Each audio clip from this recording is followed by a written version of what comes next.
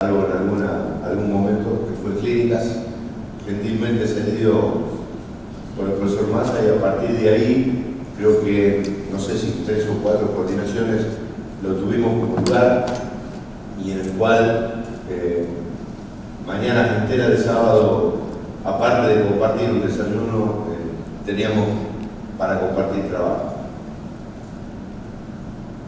Y este grupo empezó con algunas cosas pequeñitas. Esta es una imagen que en lo personal también tiene recuerdos muy sentidos, porque aparece mi maestro, el profesor Moisés, el doctor Parada, y este pequeño encuentro que hicimos alguna vez cuando el doctor Rivero y el doctor Massa me empujaban a mí y a Moisés a hacer cosas, y terminamos esa jornada. Lo invitamos a Rosselló Bárbara, que está abajo a la derecha mía. Yo estoy bastante más ciego que ahora, y Cacho Bechara, Osvaldo y Miguel acompañándonos.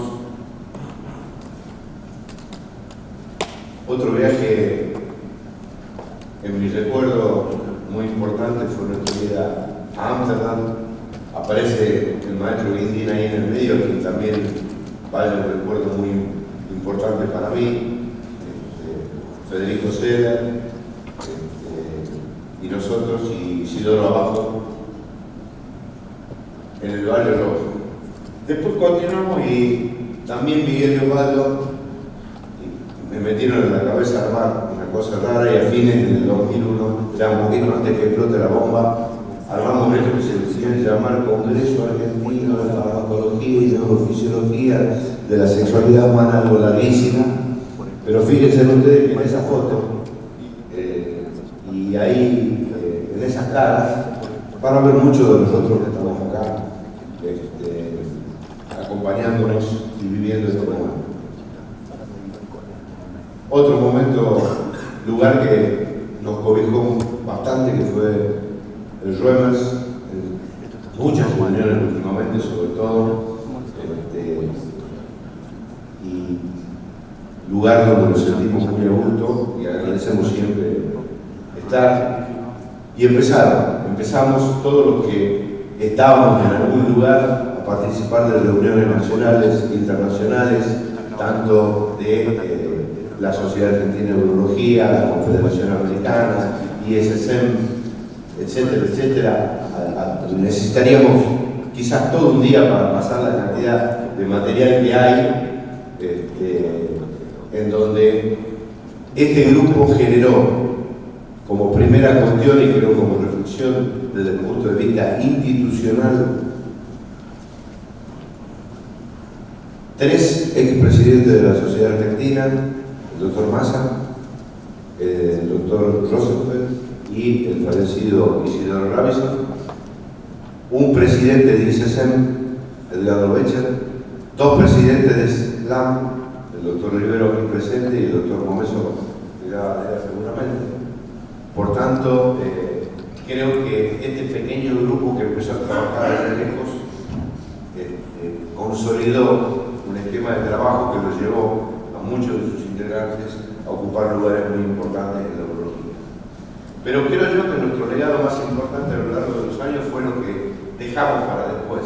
Los consensos, esta es la foto del segundo en Mar del Plata, todos estábamos más jóvenes, algunos ya no están con nosotros acá, otros que participaban en una época dejaron de participar. Esto se publicó en abril del 2005. A partir de ahí surge nuestra primera publicación formal, que es el primer libro, con este grupo de trabajo, también Mar del Plata, y fue premio Cooperación 2008-2010. La segunda, bajo la conducción de Claudio Terradas, en el año 2010, hay una gran colaboradora, Vicky Bertolino, que nos tiene abandonado desde hace un tiempo, pero la recuerdo con mucho cariño, porque gran trabajadora y nos ayudó mucho en el trabajo ese, y siempre cooperando. Y finalmente el último, que para mi sorpresa siguen repartiendo ejemplares, ahora en la secretaría ayer repartían ejemplares del libro, o sea que había algunos guardados. Por tanto, creo yo que estos estos descendientes del trabajo de este grupo es lo más importante que dejamos. Congreso Argentino del 2016 del Bicentenario de Tucumán y la reciente, la conducción de Alejandro, la compañía de Valente, de Flor, de Diana, de Charito, bueno, de todo el grupo que en los últimos tiempos ha venido conduciendo y la verdad que con mucho éxito este nuevo relanzar del capítulo Una reunión más en Ruedas, recordando momentos de lanzamientos, Cariló, Bahía, Madén bailando, Miranda, mirá a tu papá cuando era bebé, mirá la caída de la niña. Bueno, bailando con Claudio Río, había algunos otros más que también bailaban, ¿no? Como Claudio, por ejemplo. Y esta frase que me gustó, septiembre ha llegado, no sé qué inventar, se vuelve tu perfume, mi ser y la nostalgia del ayer, y estoy preso del infierno preguntando cómo y por qué. Y el cómo y por qué es simple, mucho esfuerzo, mucha voluntad y muchas ganas de hacer, y por eso este grupo está cumpliendo dentro de los 100 años de la SAO una parte muy importante y a pesar de las dificultades estamos muchos todavía más. Muchas gracias por todos estos años compartidos y vamos por más, y sobre todo gracias a los niños en casa que son los que me hacen el aguante para que durante estos casi 30 años haya podido recorrer. Gracias a todos por estar.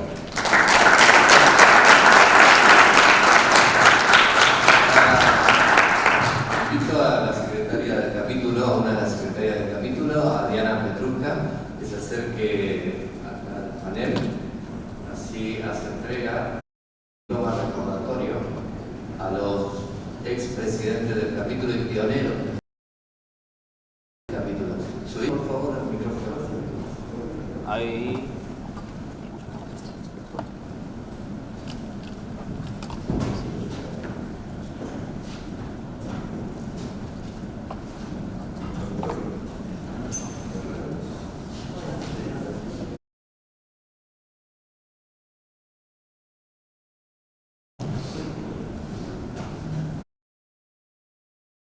Creo que no se encuentra presente. Doctor Federico Seller. Doctor. Lo va a recibir el doctor Rivera.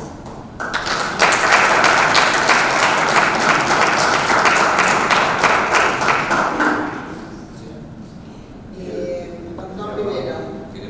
El diploma del doctor Armando Pichar.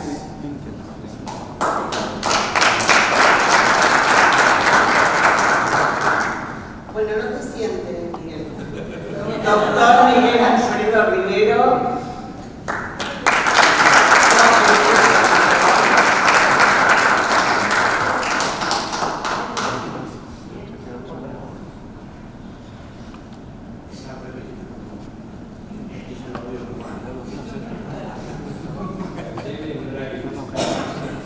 A este doctor no lo conozco, dice doctor Fernando Cenice.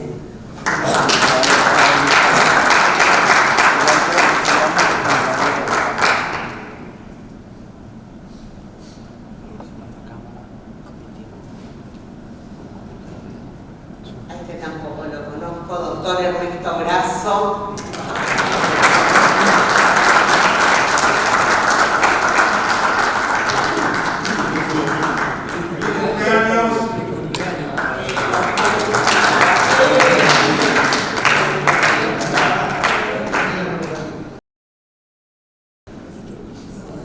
Gracias, chicos.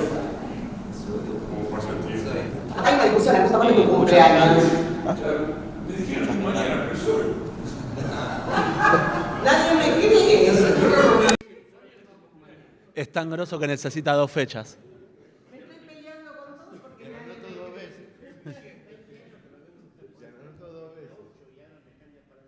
Doctor Claudio Terradas.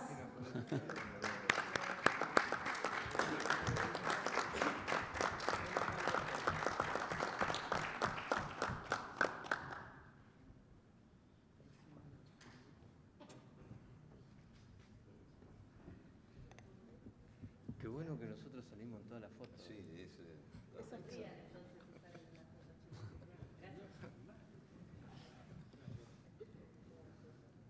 Seguimos con los Claudios. Doctor Claudio Rosenfeld.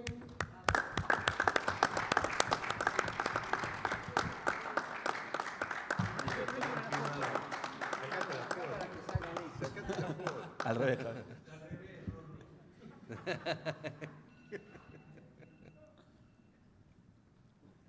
Bueno, avisó que no podía estar presente el doctor Gustavo Rodríguez Baigorrí. Lo va a recibir el doctor Charito Ñuc.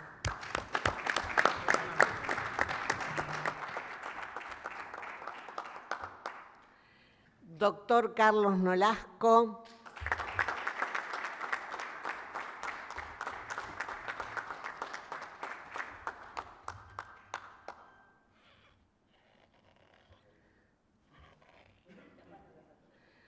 Bueno, por fin uno joven, doctor Jonathan Finkelstein.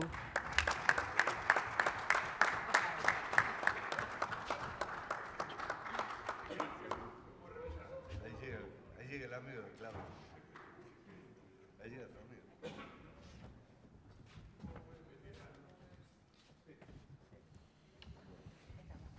Bueno, si bien entregamos diplomas para los ex coordinadores, yo quisiera hacer mención de dos secretarias que hubo anteriormente, la doctora Claudia de Andrea, que no está presente, pido un aplauso para ella,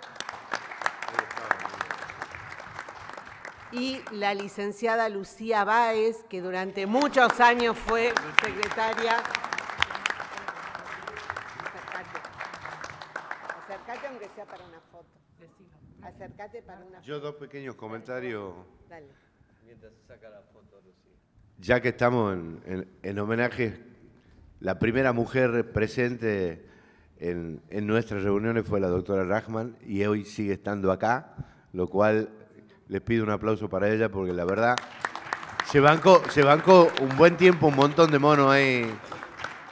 Y dos recuerdos también que me vienen a la memoria ahora. Uno a León Guindín, a Juan Carlos.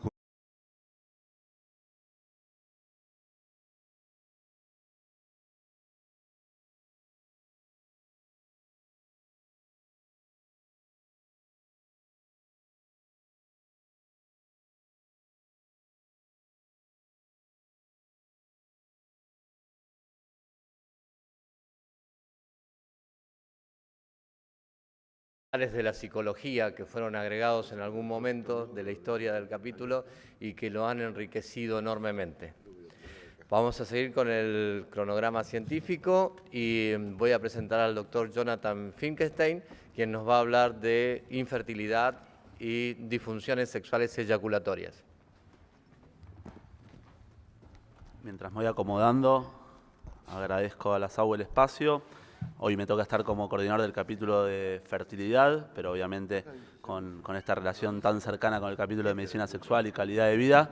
Y también agradezco a la gente que me propuso en su momento como coordinador y que me apoyó, que hoy están presentes. Carlos, Claudio Rosenfeld, Gustavo Baigorrí, Miguel Rivero. Agradecer a mi secretaria que tuve, Lucía Báez, y al doctor Layuz, también un gran formador mío. Bueno. Me toca hablar un poquito de lo que es infertilidad y disfunciones eyaculatorias, ¿sí? No me voy a presentar, no tengo conflicto de interés y ya voy a ir arrancando para tratar de que nos rinda bien el tiempo. A modo de introducción, tener en claro que hubo un quiebre muy importante entre el momento de la aparición del ICSI y las técnicas de recuperación espermáticas en relación a lo esencial que era el paso eyaculatorio en lo que respecta a fertilidad. Llevan 200 años desde que se describió los órganos anatómicos que tienen relación con lo que respecta a la eyaculación, pero conocemos esa importancia de la eyaculación para lo que es la parte reproductiva, pero hasta hoy en día hay un montón de dudas y un montón de preguntas que nos quedan en relación a lo que es la fisiología, los trastornos y el tratamiento en relación a las disfunciones eyaculatorias. Tener en claro bien que la eyaculación implica la expulsión del fluido seminal a través del meato uretral, ¿sí? Y tener en cuenta también que hay una diferencia más allá que habitualmente vienen acompañados en relación a lo que es el orgasmo, ese fenómeno del sistema nervioso central que no siempre va acompañando a la eyaculación. Es importante dividirlos. Tener en cuenta las fases eyaculatorias que hay, una fase de emisión y una fase de expulsión, ¿sí? Esto es necesario un cierre del cuello de la vejiga mediada por el sistema nervioso simpático, y hoy en día empiezan a aparecer algunos trabajos que hasta ponen en duda tanta esa importancia y hablan de un ángulo que se puede formar entre el colículo seminal, el verum montanum, para generar esa obstrucción retrógrada, pero por ahora el cuello de la vejiga sabemos que es el gran factor de cierre para que el bolo anterogrado seminal continúe su camino.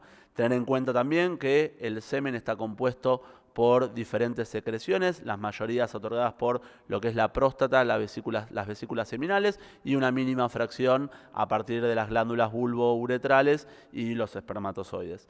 La fase de expulsión sabemos que se va dando a partir de una serie de contracciones rítmicas, más o menos 7, 8, que se van dando cada 0.8 segundos de diferencia, y gracias al aporte también de los músculos isquiocavernosos, bulbocavernosos y los músculos periuretrales.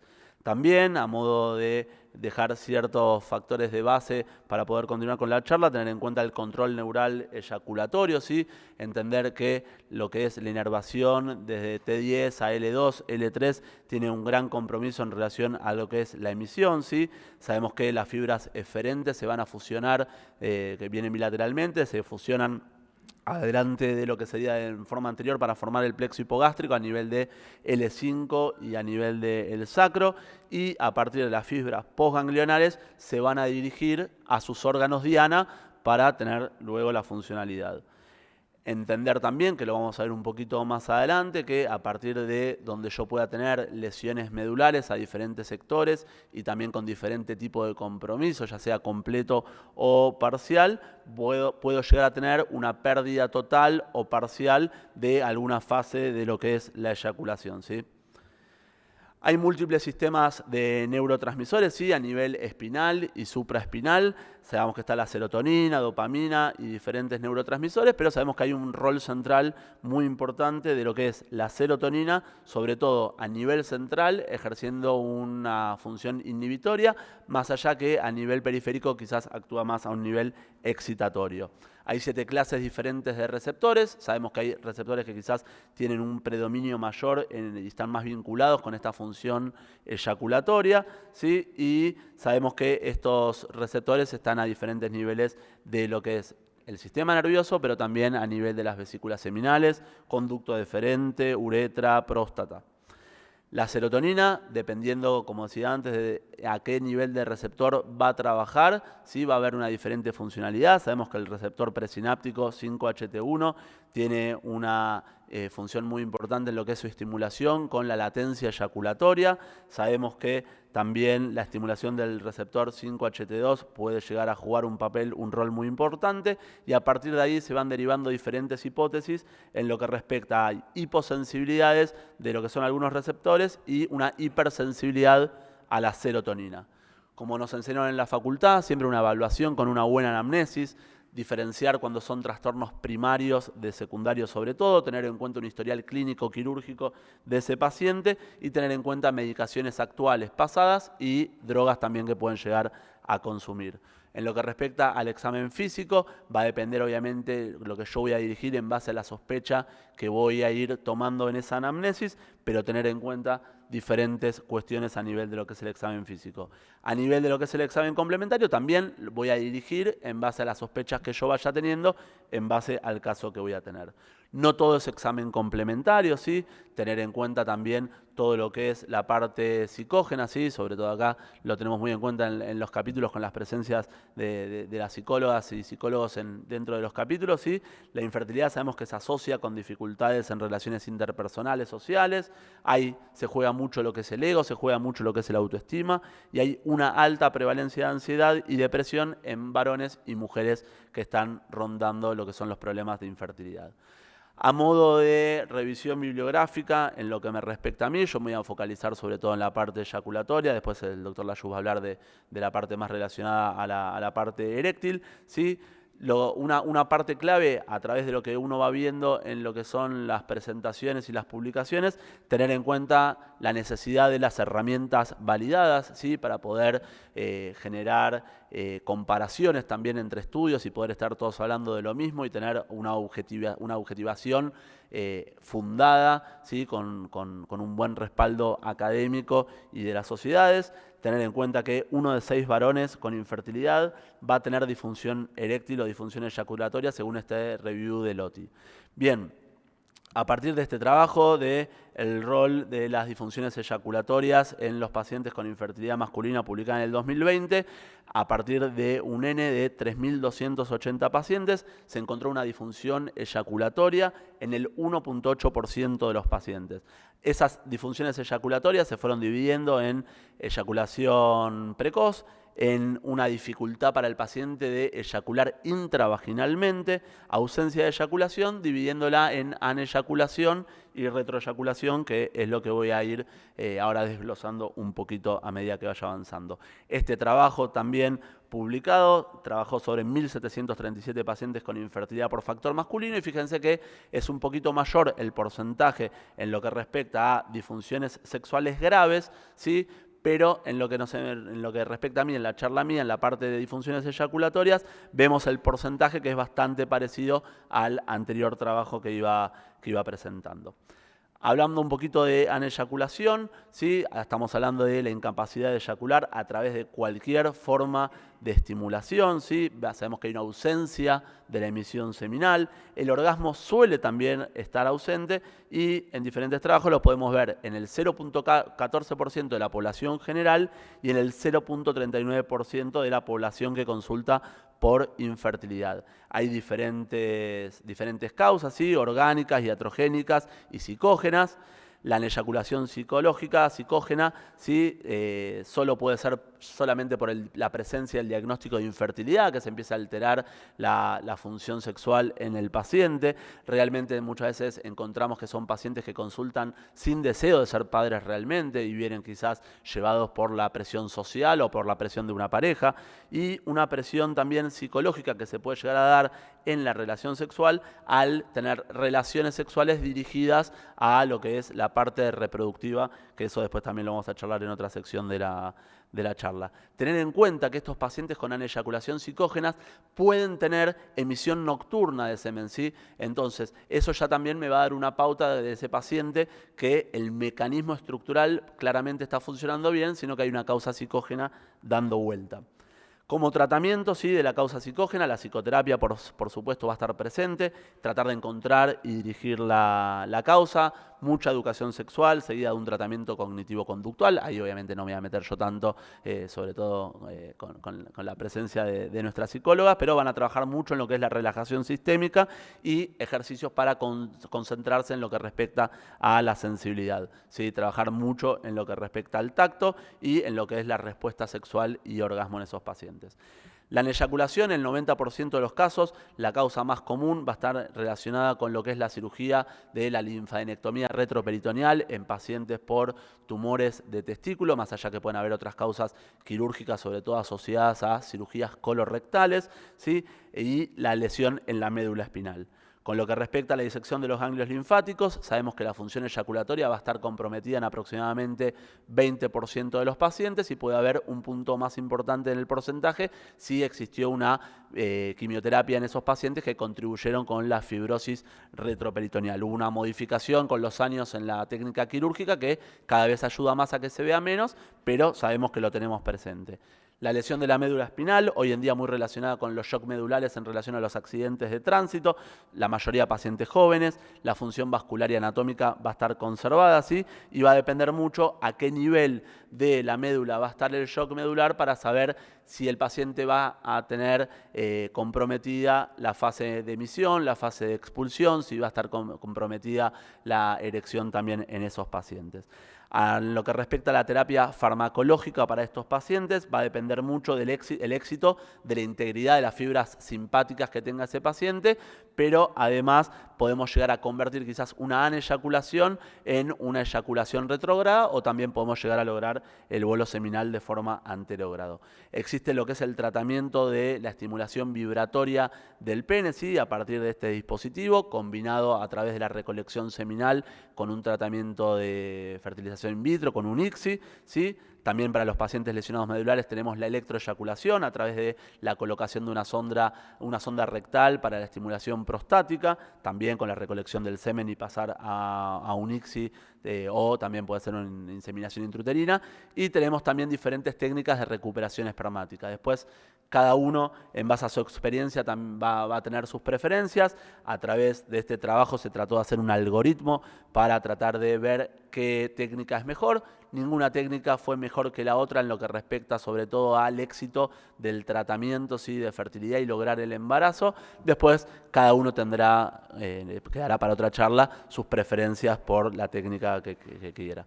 Eyaculación retrógrada, asociada a la sensación orgásmica, pero y seguida de la expulsión de semen, ¿sí? Se va a dar por un cierre incompleto del esfínter interno de la vejiga. Es el único trastorno eyaculatorio exclusivamente orgánico, ¿sí? Y la prevalencia entre el 0.3 y 2%. En esos pacientes vamos a poder ofrecer la búsqueda de espermatozoides en orina post-orgasmo. También va a depender de la preferencia de cada uno, porque podemos llegar a tener también la opción de directamente la recuperación de espermatozoides a nivel del testículo. También sabemos que hay diferentes causas farmacológicas, neurogénicas, iatrogénicas y anatómicas.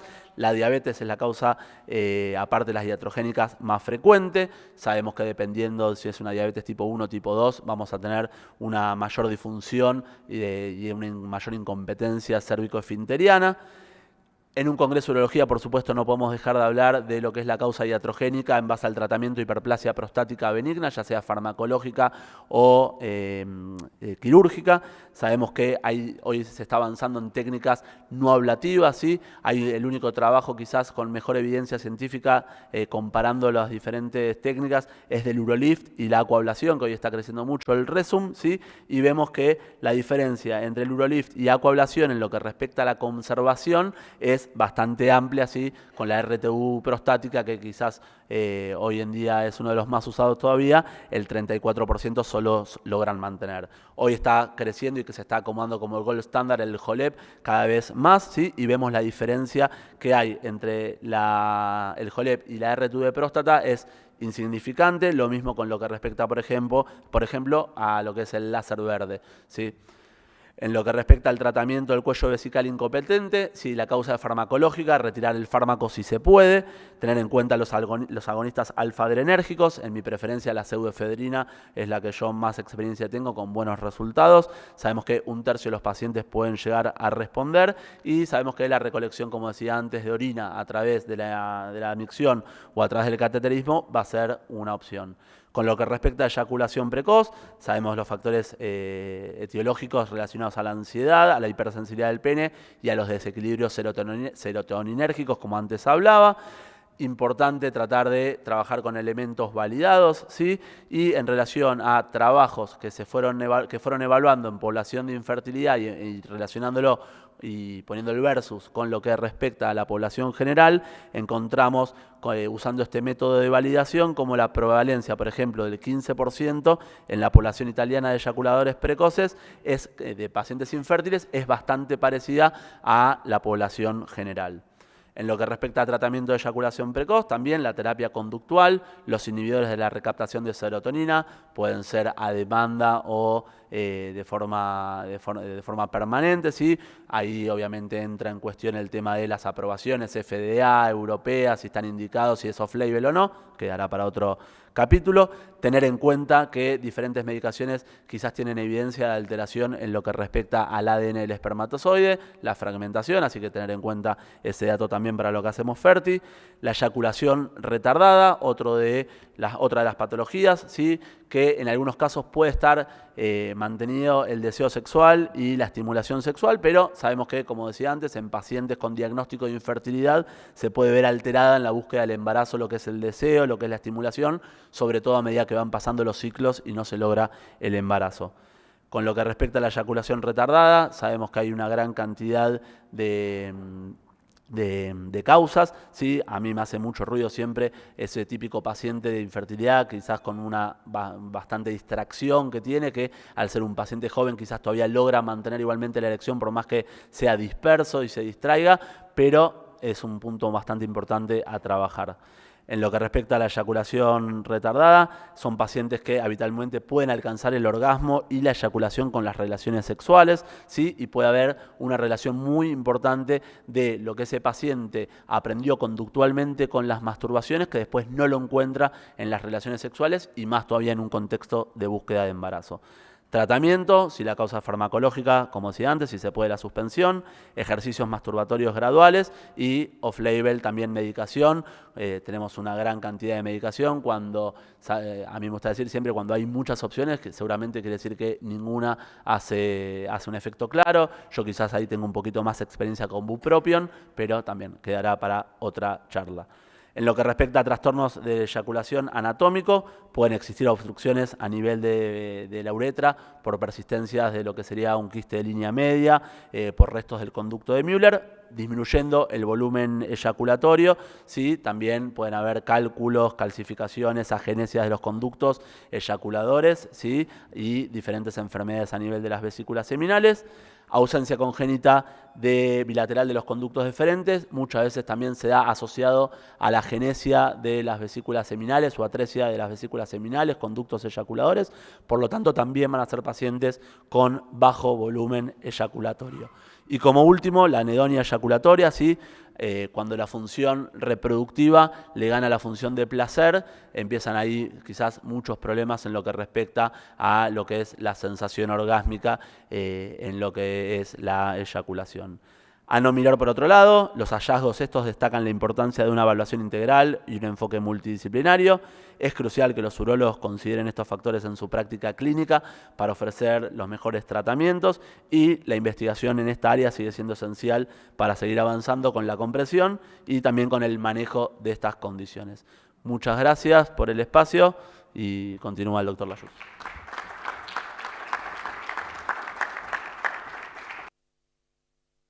Jonathan Finkelstein, vamos a seguir con la siguiente charla y como los temas están relacionados vamos a reservarnos las preguntas para después que termine el doctor Omar Layuz, quien nos va a hablar de infertilidad y disfunción eréctil.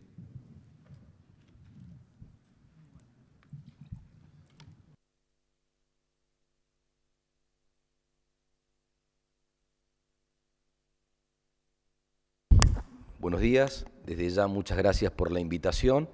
Y ante todo quería felicitarlos a todos los que participaron como presidentes y organizadores de estos eventos de tantos años, que realmente han logrado que nos integremos y esperemos que en el futuro más médicos y psicólogos y sexólogos nos incorporemos a estos capítulos.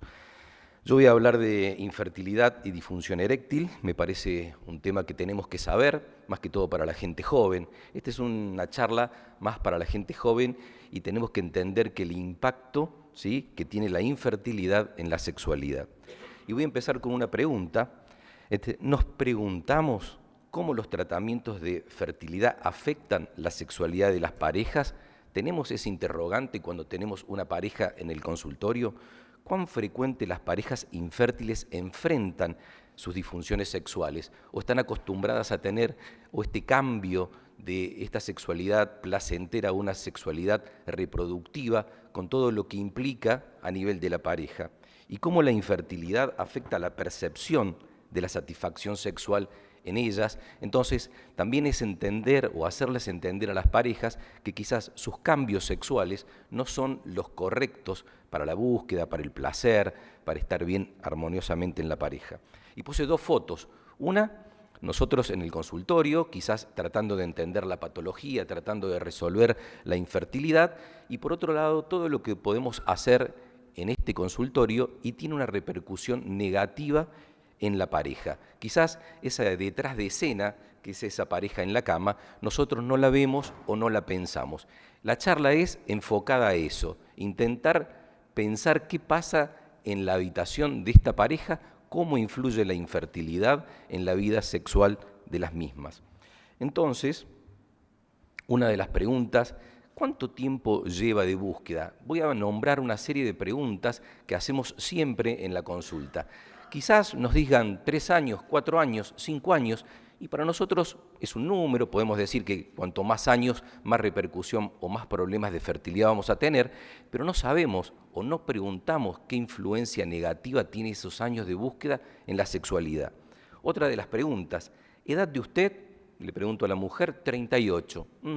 ¿Usted sabe que a partir de los 38 existe una declinación de la calidad de los ovocitos? Eso es un impacto que yo tengo que ver qué repercusión tiene en esa mujer. O relaciones normales, ¿sí? Entonces, toda esta serie de preguntas van haciéndose como habituales sin ver o medir la repercusión negativa que puede tener. Si vivís lejos, y entrando un poco en la disfunción, si vivís lejos no podés traer la muestra desde tu casa, masturbate en el baño, de acá, del hospital. Eso como que a veces lo hacemos habitualmente y eso tiene una repercusión extremadamente negativa en el paciente. Veníamos teniendo relaciones día por medio, dice ella. Día por medio, ¿qué implicancia negativa tiene esta relación día por medio con ganas, sin ganas? No, el médico dice, los días de ovulación, 13, 14, 15, estoy mandando un mandato a tener relaciones en algún momento que quizás la pareja no tiene ganas. ¿Sabes cuándo ovulás? O sea, son preguntas que desorientamos a las parejas y obviamente también creo que uno puede tener una iatrogenia cuando dice con este espermograma va a ser difícil lograr el embarazo o lograr el objetivo. Entonces creo que esta serie de preguntas que las pensé es cuán negativo puede ser algún comentario que hagamos como profesionales de la salud, de la fertilidad en las parejas y creo que nosotros tenemos que saber. Por suerte hay múltiples trabajos y otros colegas que han trabajado para saber esta repercusión y bueno, y tratamos de desglosar esto para llevarnos algo a casa.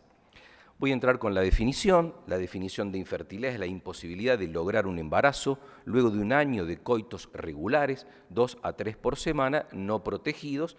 Y la definición de disfunción eréctil, que son los 2 ítems de la presentación, es la incapacidad de lograr y o mantener una erección lo suficientemente firme como para tener una relación sexual satisfactoria. Bien. Sabemos que la infertilidad de la pareja y la disfunción eréctil son 2 condiciones frustrantes con alta prevalencia en la población general. Y se ha estimado que la prevalencia media de infertilidad en la población es aproximadamente 15% en países desarrollados y un 9-10% en países en vías de desarrollo. Tiene una implicancia interesante en la población general. ¿Cuáles son las disfunciones sexuales más comunes tanto en el hombre como en la mujer? Si vemos a nivel del deseo, el deseo sexual hipoactivo en el hombre, a nivel de la excitación, la disfunción eréctil, a nivel del orgasmo, todo lo que habló Jonathan con respecto a la eyaculación retardada, la eyaculación prematura, y obviamente con respecto al dolor, la penodinia, la escrotodinia, que a veces vemos en el consultorio sin tener una explicación muy clara. Y con respecto a la mujer, el deseo sexual hipoactivo, la falta de excitación, alteraciones orgánicas, retardo del orgasmo y también la anorgasmia y dolores genitopelvianos, el vaginismo, ¿sí? Y dolores a la penetración que son frecuentes y que nosotros en una consulta por fertilidad no preguntamos. Entrando un poquito ya más en el tema, la disfunción eréctil conduce a un deterioro de la fertilidad a través de la concepción natural cuando existe un problema grave como una erección ausente o una erección insuficiente para lograr la penetración. Obviamente, como todos sabemos, la disfunción eréctil puede ser de causas orgánicas, como los factores de riesgo que todos conocemos, relacionales, conflictos de pareja, conflictos con la familia, y a nivel psíquico, y ahí también quiero hacer una ampliación con respecto a la ansiedad y a la depresión, que son grandes puntos que la infertilidad y la disfunción eréctil manejan como datos comunes. La disfunción sexual en hombres suele estar presente en un 20 a un 30% de la población general. Algunos de ellos presentan por lo menos uno de los ítems de alteración sexual, digamos orgasmo, digamos excitación, digamos, disfunción eréctil. La prevalencia estimada, ahora ya hablando de disfunción eréctil y de la eyaculación, como dijo el doctor Finkelstein, en la edad reproductiva oscila entre un 12 y un 19% con respecto a la disfunción eréctil, y un posible vínculo, como dije anteriormente, entre la infertilidad masculina y la disfunción eréctil son la ansiedad y la depresión. Ambas patologías tienen las mismas, ¿sí?, herramientas negativas. También se informó que hay una asociación entre la disfunción eréctil y los síntomas depresivos, independientemente de la edad, del índice de masa corporal y la duración del matrimonio en una cohorte pequeña de hombres selectos sin comorbilidades. Entonces, es importante que nosotros pensemos cómo está nuestro paciente. La presencia simultánea de disfunción sexual en la pareja, en este caso en la mujer, podría influir en el deterioro aún más de la función eréctil. El descubrimiento de una zoospermia, y después vamos a tratar de ir más adelante y ver cómo la calidad espermática, cuanto más baja es, más problemas de fertilidad tienen, puede ser una experiencia devastadora en los estudios de infertilidad. Los hombres con azospermia tienen una peor función eréctil, con una prevalencia de la disfunción eréctil de un 27% y que se asocia obviamente a eyaculación precoz, menor deseo y peor función orgásmica. El resultado de una biopsia testicular negativa también tiene un incremento en porcentajes de la disfunción eréctil. Eso yo lo tengo que saber. Cuando hago una biopsia y voy a ver un paciente después del posoperatorio y le digo que no recuperamos espermatozoides, es realmente un golpe tremendo a nivel sexual, a nivel del rol, a nivel de todos los aspectos de la pareja. Y se encontró una prevalencia de disfunción eréctil del 67% en los pacientes con síndrome de Klinefelter, ¿sí? Entonces vamos viendo cómo 20, 27, 67% en relación a los problemas más severos con respecto a la infertilidad. Este trabajo es bastante interesante en lo que está en el recuadro, ¿sí? En la primera columna donde habla de disfunción eréctil, también habla del impacto emocional en los primeros meses, cuando el diagnóstico es muy pronto, antes de los 2 meses, hay una alta tasa de implicancia a nivel de una disfunción eréctil, ¿sí? Y también de si tomamos el deseo, si tomamos el orgasmo, si tomamos la satisfacción sexual, es más impacto en los primeros meses que cuando la pareja ya transcurre años de la búsqueda. La presencia de disfunción eréctil en hombres infértiles, y este es un dato me parece bastante interesante para lo que vemos en los pacientes, particularmente en los hombres con azospermia, deberían alertar para la evaluación de patologías subclínicas. Debemos estudiar a estos pacientes que tienen disfunción eréctil para ver si no tienen un hipogonadismo, si no tienen alguna alteración vascular. Entonces, que esto sea la puerta de entrada del bienestar para nuestro paciente y resolver los problemas de disfunción eréctil. Entonces, en este cuadrito quería decir que la disfunción sexual en la población general, como dije, que presentan por lo menos una alteración sexual, es del 20 al 30%. Y entrando más en el tema de la disfunción eréctil, en la edad reproductiva, 12 a 19%, hagamos un 15%. La disfunción eréctil en pacientes azospérmicos es de un 27%, y la disfunción eréctil en el síndrome de Klinefelter ronda el 67, el 70%. Entonces, cuando vemos cuanto más bajo es el recuento espermático, mayor es la probabilidad del impacto a nivel sexual. Y eso lo tengo que ver, no solo tengo que ver los espermatozoides, sino tengo que tratar de resolver esta patología sexual de la pareja. Tratamientos. Con respecto a los tratamientos de la infertilidad masculina, incluyen estrategias terapéuticas destinadas a tratar causas de infertilidad corregibles como idiopáticas. Las causas corregibles, como conocemos todos, el hipogonadismo, trastornos endocrinos, varicocele, disfunciones sexuales, en esta disfunción eréctil y disfunción eyaculatoria.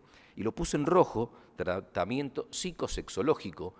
Hago todos los días fertilidad, veo pacientes, veo el impacto, veo el diálogo que tengo con los pacientes y a veces ayudar a que los pacientes tengan consulta psicosexológica les cambia la vida, les cambia la búsqueda, porque lo que veo también es que lograr el objetivo, todos los años de búsqueda repercutieron en su calidad de vida sexual que después no se recupera más. O sea, no tiene un solo impacto la infertilidad en la vida sexual en el momento de la búsqueda, sino lo tiene ¿sí?, que puede traspolar ya con el embarazo, con el logro, con el nene en la casa, todo eso hace que la infertilidad y la disfunción sexual se manifiesten en sociedad.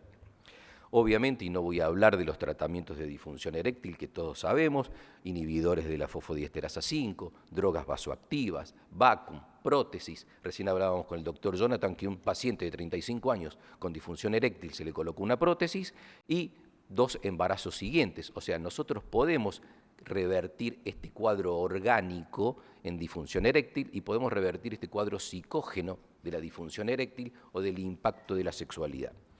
Obviamente, y pese a esto, si no logro el embarazo, no logro la recuperación de su función eréctil, no logro la mejoría en la sexualidad, puedo hacer una biopsia testicular más recuperación espermática y gracias a las técnicas de reproducción in vitro lograr el objetivo y tratar con la psicosexología recuperar el deseo, recuperar la erección, recuperar la excitación de la pareja y que la infertilidad no se lleve puesto la sexualidad de la pareja que tengo al frente en el consultorio. Conclusiones y para ir terminando, 1 de cada 6 hombres en una pareja infértil tiene disfunción eréctil. Las comorbilidades pueden provocar infertilidad y disfunción eréctil. La disfunción eréctil en pacientes infértiles podría ser un marcador temprano de patologías subclínicas, y acá es donde participo yo como médico, y los hombres con azospermia muestran tasas más altas de trastornos psicológicos y orgánicos asociados a la disfunción eréctil, y acá la psicosexología tiene un rol importantísimo, y una terapéutica correcta, ya sea con medicación, con cirugía, puede mejorar la calidad espermática, revertir la disfunción eréctil y el logro del embarazo. Y lo que puse abajo, en rojo, y que es mandatorio para todos los profesionales de la salud, saber la relación directa de la infertilidad y la sexualidad para una mejor orientación y prevenir la disfunción y la infertilidad. Muchas gracias.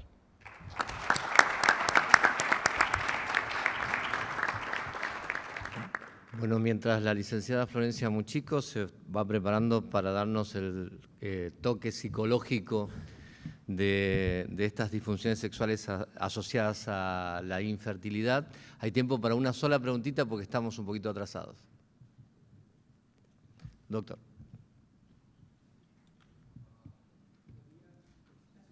No se escucha.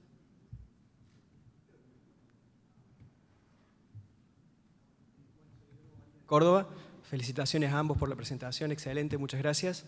Para el doctor Finkelstein, una preguntita, ¿en qué pacientes vos crees que es más conveniente el uso de pseudoefedrina? ¿Y cuál es la dosis habitualmente que utilizas en el tiempo y si notas algún efecto colateral en esto? Y en comparativa con imipramina, que por ahí es lo que habitualmente usábamos antes. Bien, siempre tener en cuenta, yo hablo mucho de, por ejemplo, paciente diabético.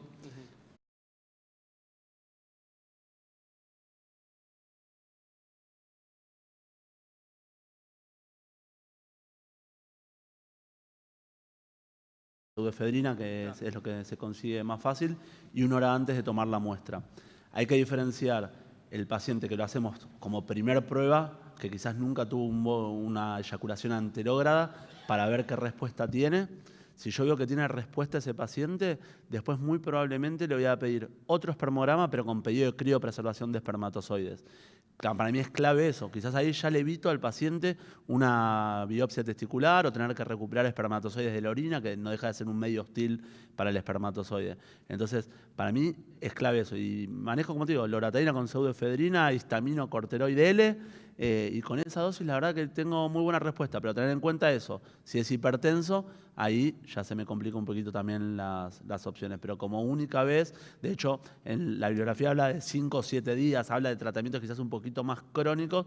Yo diferencio muy bien entre lo que es querer tener un bolo de seminal anterógrado por placer que por la parte por la parte reproductiva, que creo que ahí es lo mandatorio de tratar de recolectar espermatozoides de alguna forma.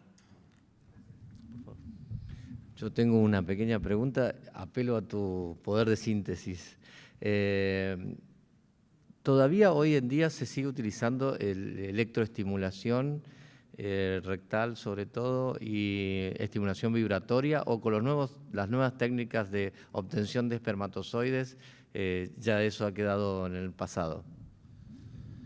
Acá en Argentina creo que, y acá si cualquier cosa si quiere aportar alguno de mis profesores con más experiencia, no sé si Ernesto, creo que acá el único que lo hacía era Bru Olmedo, lo que es la electroeyaculación. Yo jamás lo indiqué.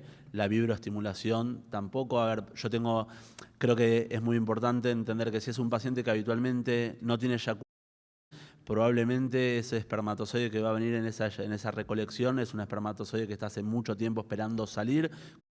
Fragmentación de ADN, prefiero un espermatozoide más inmaduro quizás, pero prefiero una biopsia testicular y tener directamente un espermatozoide de testículo, teniendo en cuenta que muchas veces te puede llevar la sorpresa que vos decís, bueno, acá voy a tener recuperación espermática, y muchas veces te podés llevar, y me he llevado la sorpresa, y esto también lo hablamos mucho con Omar y con el doctor Rey Balsachi, lo he hablado también, se genera en esos pacientes con shock medular quizás una alteración nerviosa en el testículo que altera las células germinales y no recuperas espermatozoide. En un paciente que vos vas seguro, hoy hago una biopsia, 15 minutos, ya está, recupero, y te encontrás con una zoospermia.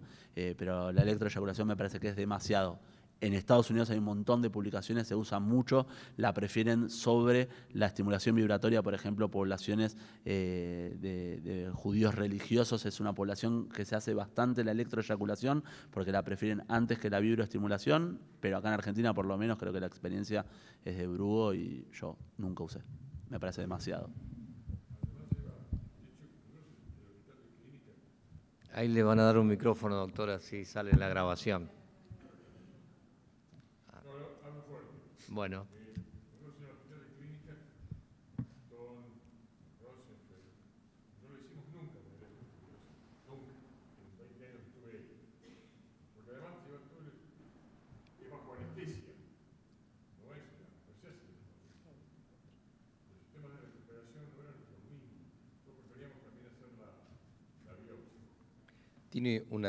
¿Puedo agregar? Sí. Estoy de acuerdo con la fragmentación de ADN, que antes no se conocía, con la vibroestimulación, y con la estimulación transrectal hay mucha descarga postsináptica, ¿sí? Entonces esos receptores, como son que no se mueven, entonces cuando uno hace la descarga no puede controlar solo la parte sexual, sino puede tener un efecto vagal muy importante, por eso se hace en un quirófano, no lo podés hacer en el consultorio. Sería muy peligroso. ¿Sí? Muchas gracias a todos. Bueno, pasemos a la ponencia de Florencia Muchico. Florencia Muchico es, aparte de la secretaria del capítulo, es licenciada en psicología. Hace un ratito había yo felicitado a la gente de psicología que nos apoya mucho y nos alimenta los conocimientos del capítulo. Ella va a hablar sobre el factor masculino y su relación con sus efectos en la pareja. Adelante, Florencia. Bueno, ¿qué tal? Buenos días a todos. Desde ya muy agradecida por el espacio a la SAU y al capítulo y a los capítulos. Bueno, la idea es hablar un poco de cómo esto impacta en el varón, ¿no? Lo que sí es cierto es que cuando buscamos bibliografía para hablar del impacto de la infertilidad, encontramos muchísima más bibliografía que habla de cómo impacta en la mujer más que en el varón, y eso lo hace muy difícil. Pero bueno, me gustó la idea de empezar con estas definiciones de infertilidad primaria y secundaria, tanto de la AUA como de la OMS. Yo encuentro mucho más completa la definición de la AUA, hablando lógicamente de la infertilidad primaria desde el punto de vista del hombre que nunca ha iniciado un embarazo clínico y cumple los criterios para ser clasificado como un infértil, y que la infertilidad secundaria sería refiere a una pareja, ya habla de una pareja, en la cual el hombre no logra iniciar un embarazo clínico, aunque en el pasado lo hubiera hecho, con la misma pareja sexual o con otra diferente. Pero bueno, sabemos, según las asociaciones de medicina reproductiva, cuáles son las 3 causas principales de la infertilidad masculina: una disminución de la cantidad, concentración o movilidad de los espermatozoides, un bloqueo que impide que los espermatozoides sean liberados, defectos en los espermatozoides, también, lógicamente, la ausencia de espermatozoides por otras razones, a lo cual ya llamaríamos esterilidad, ¿no? ¿Cuál es el impacto psicológico? Sabemos, como recién decían tanto Omar como Jonathan, que el diagnóstico de infertilidad es una gran fuente de estrés. No solo es una fuente de estrés, sino que todo esto lo va a afrontar según una serie de variables personales, ¿sí? Va a haber alteraciones en la calidad de vida, vamos a encontrar un malestar subjetivo, se va a abrir una agenda médica para este varón, para esta pareja, y esto cambia sustancialmente el ritmo de vida. Generalmente las parejas suelen aislarse, suelen querer evitar hablar del tema, no quieren ir a reuniones familiares, no quieren ir a reuniones de amigos. Se pierde el interés en las actividades que resultaban placenteras, esto lógicamente habla del sexo también. Se juega con una especie de mecanización del sexo y la vida se pone en pausa. Básicamente lo que sucede es que se empiezan a postergar proyectos de trabajo, de viajes, de cualquier tipo de actividad que se puedan hacer porque ahora la agenda está ajustada a lo que tenemos que hacer según el tratamiento. Hay un concepto básico respecto del varón que es socialmente difundido, que es que los hombres no lloran. Y esto implica una carga muy especial para el varón. Socialmente se le enseña al varón que si sufre o si siente dolor, lo tiene que hacer en silencio.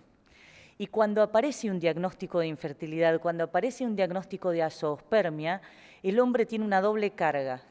El del sufrimiento interno por el diagnóstico que acaba de recibir, y por el otro lado, la carga social de que tiene el deber de poder ser el sostén emocional de su pareja. No le alcanza con sentirse mal. Además, tiene que hacerse cargo de su pareja.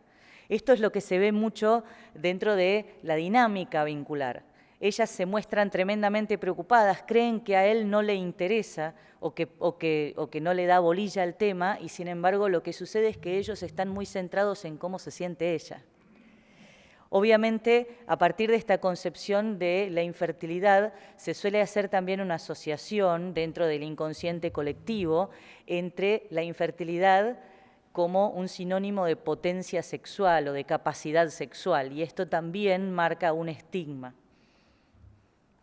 Pero bueno, ¿qué pasa cuando ese varón tiene que someterse a un procedimiento donde tiene que recibir una espermodonación?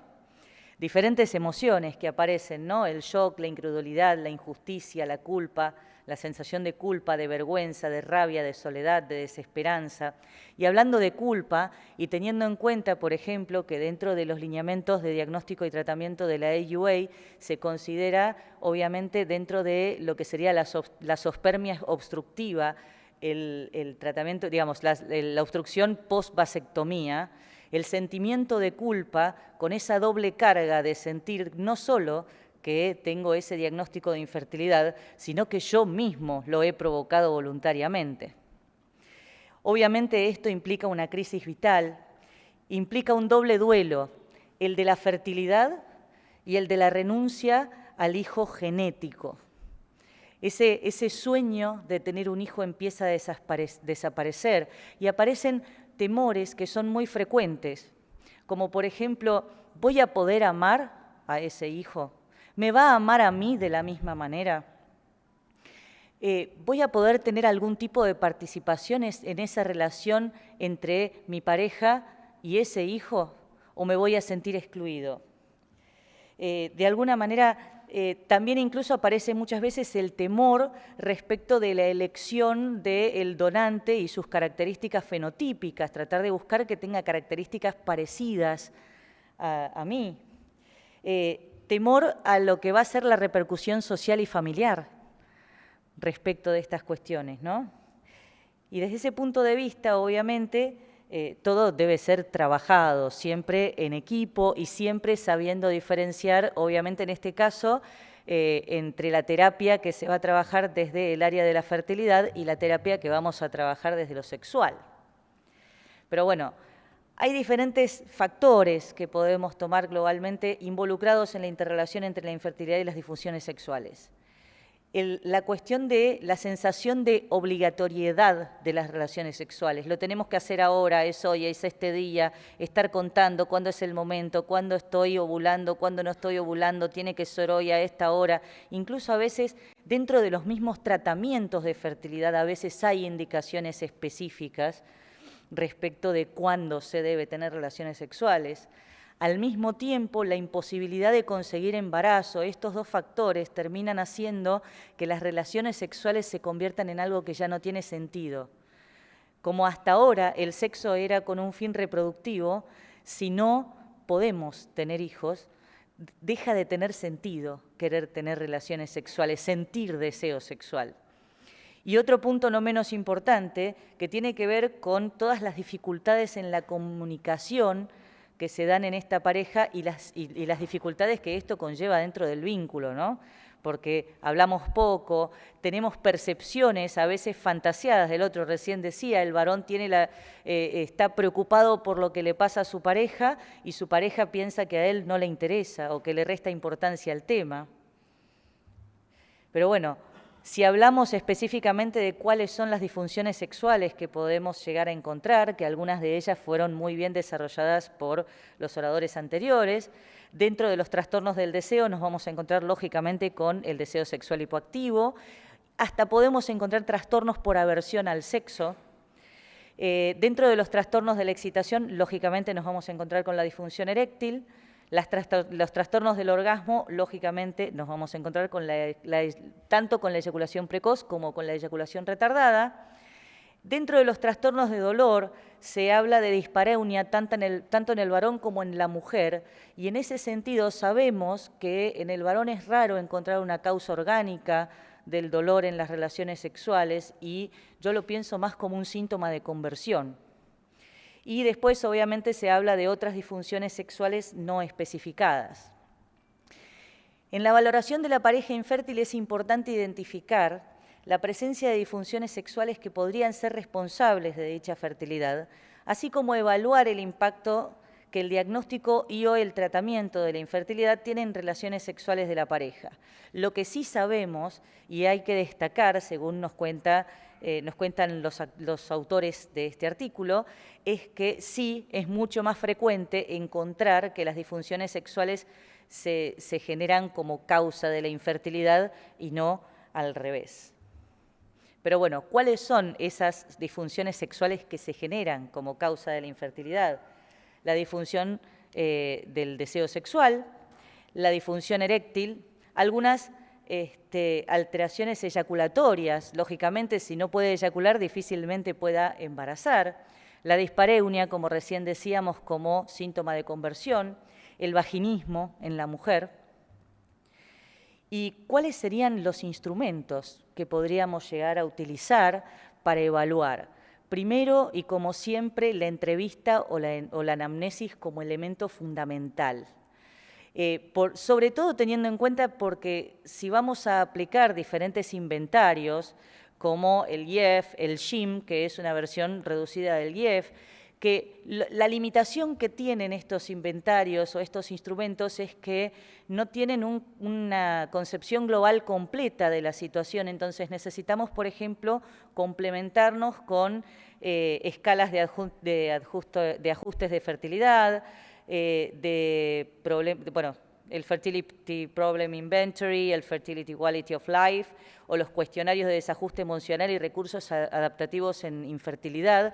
Y la entrevista, en este sentido, va a ser un buen nexo para tratar de encontrar dentro de estas cuestiones conexiones reales que puedan hablarnos de esta interrelación, ¿no? Hablaba Johnny hace un rato también de un inventario para disfunción eyaculatoria, que también ese no lo había tenido en cuenta, así que me lo anoté. Pero bueno, dentro de las conclusiones, para involucrarse en procedimientos de fertilidad es necesario comprender que ser padre es una función simbólica. Mamá y papá no son personas, son funciones. Esto no lo digo yo, lo dijo Freud hace muchos años. El diagnóstico de infertilidad en el varón impacta negativamente y lo hace cuestionarse a sí mismo y pone en jaque su identidad. La infertilidad es un evento estresante para la pareja y esto implica una auténtica crisis vital. Como bien sabemos, de toda crisis o salimos mejor o no salimos, y esto a veces se lleva puesta a las parejas. El deseo reproductivo no satisfecho repercute negativamente en la dinámica vincular, por ende, afecta también la esfera de lo sexual. Y en este sentido, y también a modo de dar un poco de final, no nos olvidemos jamás, en ningún tratamiento, ni en la terapia, ni durante los tratamientos de fertilidad, que el amor es siempre fecundo. Gracias.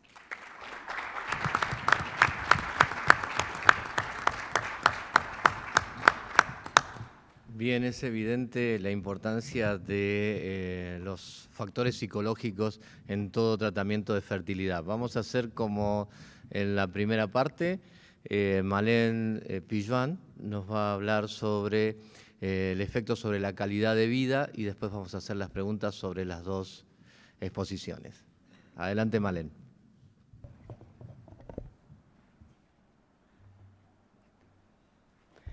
Bueno, muchas gracias. Muy buenos días. La verdad que doy gracias a Dios por esta oportunidad de estar hoy compartiendo con ustedes, sobre todo en esta distinción que hicieron, porque honrar, la gente honra a veces cuando no están, pero hemos honrado a todos los coordinadores de capítulos, jóvenes, más grandes, y realmente me dio mucha satisfacción verlos acá, verlos tan vitales, y los que le voy a hablar también a ustedes, porque voy a hablar de la calidad de vida. Así que, bueno, vamos a tratar de comenzar. El tema es salud sexual y reproductiva, impacto en la calidad de vida del hombre actual. Entonces, me gustaría posicionar algunos conceptos que se vienen hablando y que hoy han cambiado. Salud, calidad de vida, hombre actual, fertilidad, nueva agenda humana y cambios de paradigma. Y hoy hablamos de una nueva salud. Saludables con trastornos se habla hoy. Si vamos al concepto de la Organización Mundial de la Salud, que es el concepto definido como el completo bienestar físico, mental y social y no solo ausencia de enfermedad, este es un concepto que data de 1948. ¿Sigue teniendo vigencia este concepto hoy, al 2023? La salud sexual y reproductiva, como bien lo dice el título, tuvo grandes impactos, grandes hitos que lo vinieron nombrando oradores anteriores, como Jonathan y como el doctor, que hablaban del impacto que tenían estos hitos. Por ejemplo, el ICSI, por ejemplo, la prótesis de pene, por ejemplo, los inhibidores de fosfodiesterasa tipo 5 y, ¿por qué no, la testosterona? La calidad de vida en general es la percepción del individuo en su posición en la vida, en la cultura, en los valores, en las expectativas y en los contextos y preocupaciones. Fíjense la preocupación que habló Omar con respecto a la fertilidad en la calidad de vida. Y esto lo vamos a ver que empiezan algunos conceptos de calidad de vida ahora relacionados con la salud. Hablamos salud, calidad de vida y ahora calidad de vida relacionada con la salud. Y ahí aparece algo, lo subjetivo, lo que el individuo cree que es conveniente o se cree cómodo transitando una enfermedad. Entonces, este concepto que habla de percepción, en el hombre del siglo XXI, en el nuevo hombre que decimos, es un hombre que está atravesado por la posverdad. Nosotros hablamos mucho de la posverdad como esa mentira emocional, que los datos objetivos se convierten en subjetivos porque el paciente cree que es de una manera. Esa calidad de vida, ese concepto de calidad de vida es atravesado también por los valores. Quino los define muy bien, los valores del siglo XXI, donde el Dios es el dinero, donde el prójimo es uno mismo, donde el cerebro es una computadora y el contacto humano es un celular. Esta es una nueva agenda humana. El concepto dice en la cultura y el sistema de valores. La cultura que esto lo había presentado, la cultura de la modernidad líquida versus la modernidad sólida de otros tiempos, donde el amor líquido es en Tinder, hay un miedo al compromiso, hay roles cambiados, hay patrones familiares. Fíjense que este concepto que toma 4 elementos, percepción, cultura, valores y expectativas, los vemos cambiados en el hombre del siglo XXI. Y cuando hablo de la cultura, la humanidad quiere vivir más, las drogas, los avances, hoy la genética pueden ayudar en esto, sin dudas, y esperan algún día, veces, curar la muerte. Entonces, este hombre del siglo XXI ve diferente su calidad de vida, su sexualidad y su fertilidad. Las expectativas cambiaron y nosotros como médicos, como bien pusieron en el primer slide del doctor Layuz, ¿podemos entender esto? Lo cierto es que los mecanismos de envejecimiento y que tengan que ver con la expectativa y con el pene fundamentalmente no ha cambiado, porque estos mecanismos fisiológicos y morfológicos involucrados en el proceso de envejecimiento siguen teniendo vigencia, o sea, el daño endotelial, por decirlo de alguna manera. Lo que sí sabemos, fíjense que esto es del Banco Mundial del 2022, que esta expectativa de vida, que ha pasado de 72 años para la mujer y 78 para el varón en la Argentina, que estamos en el puesto 63, ha cambiado y el hombre vive más. Esto lo dicen muchas estadísticas. Fíjense en el primer histograma, donde dice que el 25% de la población mayor a 60 años va a ser un porcentaje importante en el 2050. Yo me reía cuando había una frase, no digo que sea una frase célebre esta, pero Beltrán Picard, que bueno, es conocido, no viene al caso porque es un aeronauta que cruzó durante 20 días, estuvo en el aire, que es un psiquiatra. Él habla que el hombre del siglo XXI va a ser un héroe, aquel hombre que priorice su calidad de vida. Qué diferente lo vemos a lo que nosotros veníamos viendo, inclusive en medicina estoy hablando. Ahora, si hablamos de calidad de vida fuera de lo que es salud, o sea, ¿qué es para ustedes la calidad de vida? Es de acuerdo a cómo vivimos, que puede ser desde la educación, desde la posición económica, desde un servicio social o la contaminación ambiental. Argentina más o menos está en el puesto 46 al 56, según las estadísticas. Pero fíjense que en estas estadísticas, Luxemburgo, Países Bajos, Islandia, Dinamarca y Finlandia son los que tienen los primeros puestos. Lo primero, ¿cómo es el hombre actual? Bueno, acá el concepto de salud cambió. En esta encuesta exclusiva de National Geographic revela que los mayores redefinen su salud, enfrentan retos y viven con compromiso. Enfrentan retos a partir de una determinada etapa, ya no necesitan jubilarse, se jubilan y empiezan nuevas cosas. Fíjense que hay una nueva definición de salud, hay percepción diferente del dinero, hay una búsqueda diferente de la felicidad.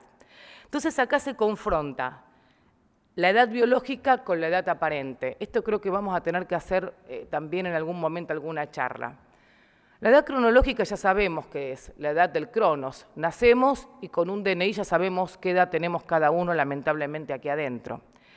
Pero la edad biológica, que hoy se puso muy en boga con todos los avances en la epigenética, ustedes vieron que ahora todos hablan de epigenética, inclusive en temas generales. No voy a desarrollar ellos, pero esas metilaciones que se dan del ADN, que modifican los relojes epigenéticos, hacen que esa salud biológica pueda acelerarse o desacelerarse. Entonces, esa salud biológica que puede tener una persona condice o no con su edad cronológica. Y si lo vemos en este gráfico que está muy pero muy detallado, que el envejecimiento biológico se refiere a la disminución de la función del organismo y el envejecimiento cronológico simplemente al tiempo. Ahora, fíjense en este histograma. En la abscisa está la edad biológica y la ordenada la edad cronológica.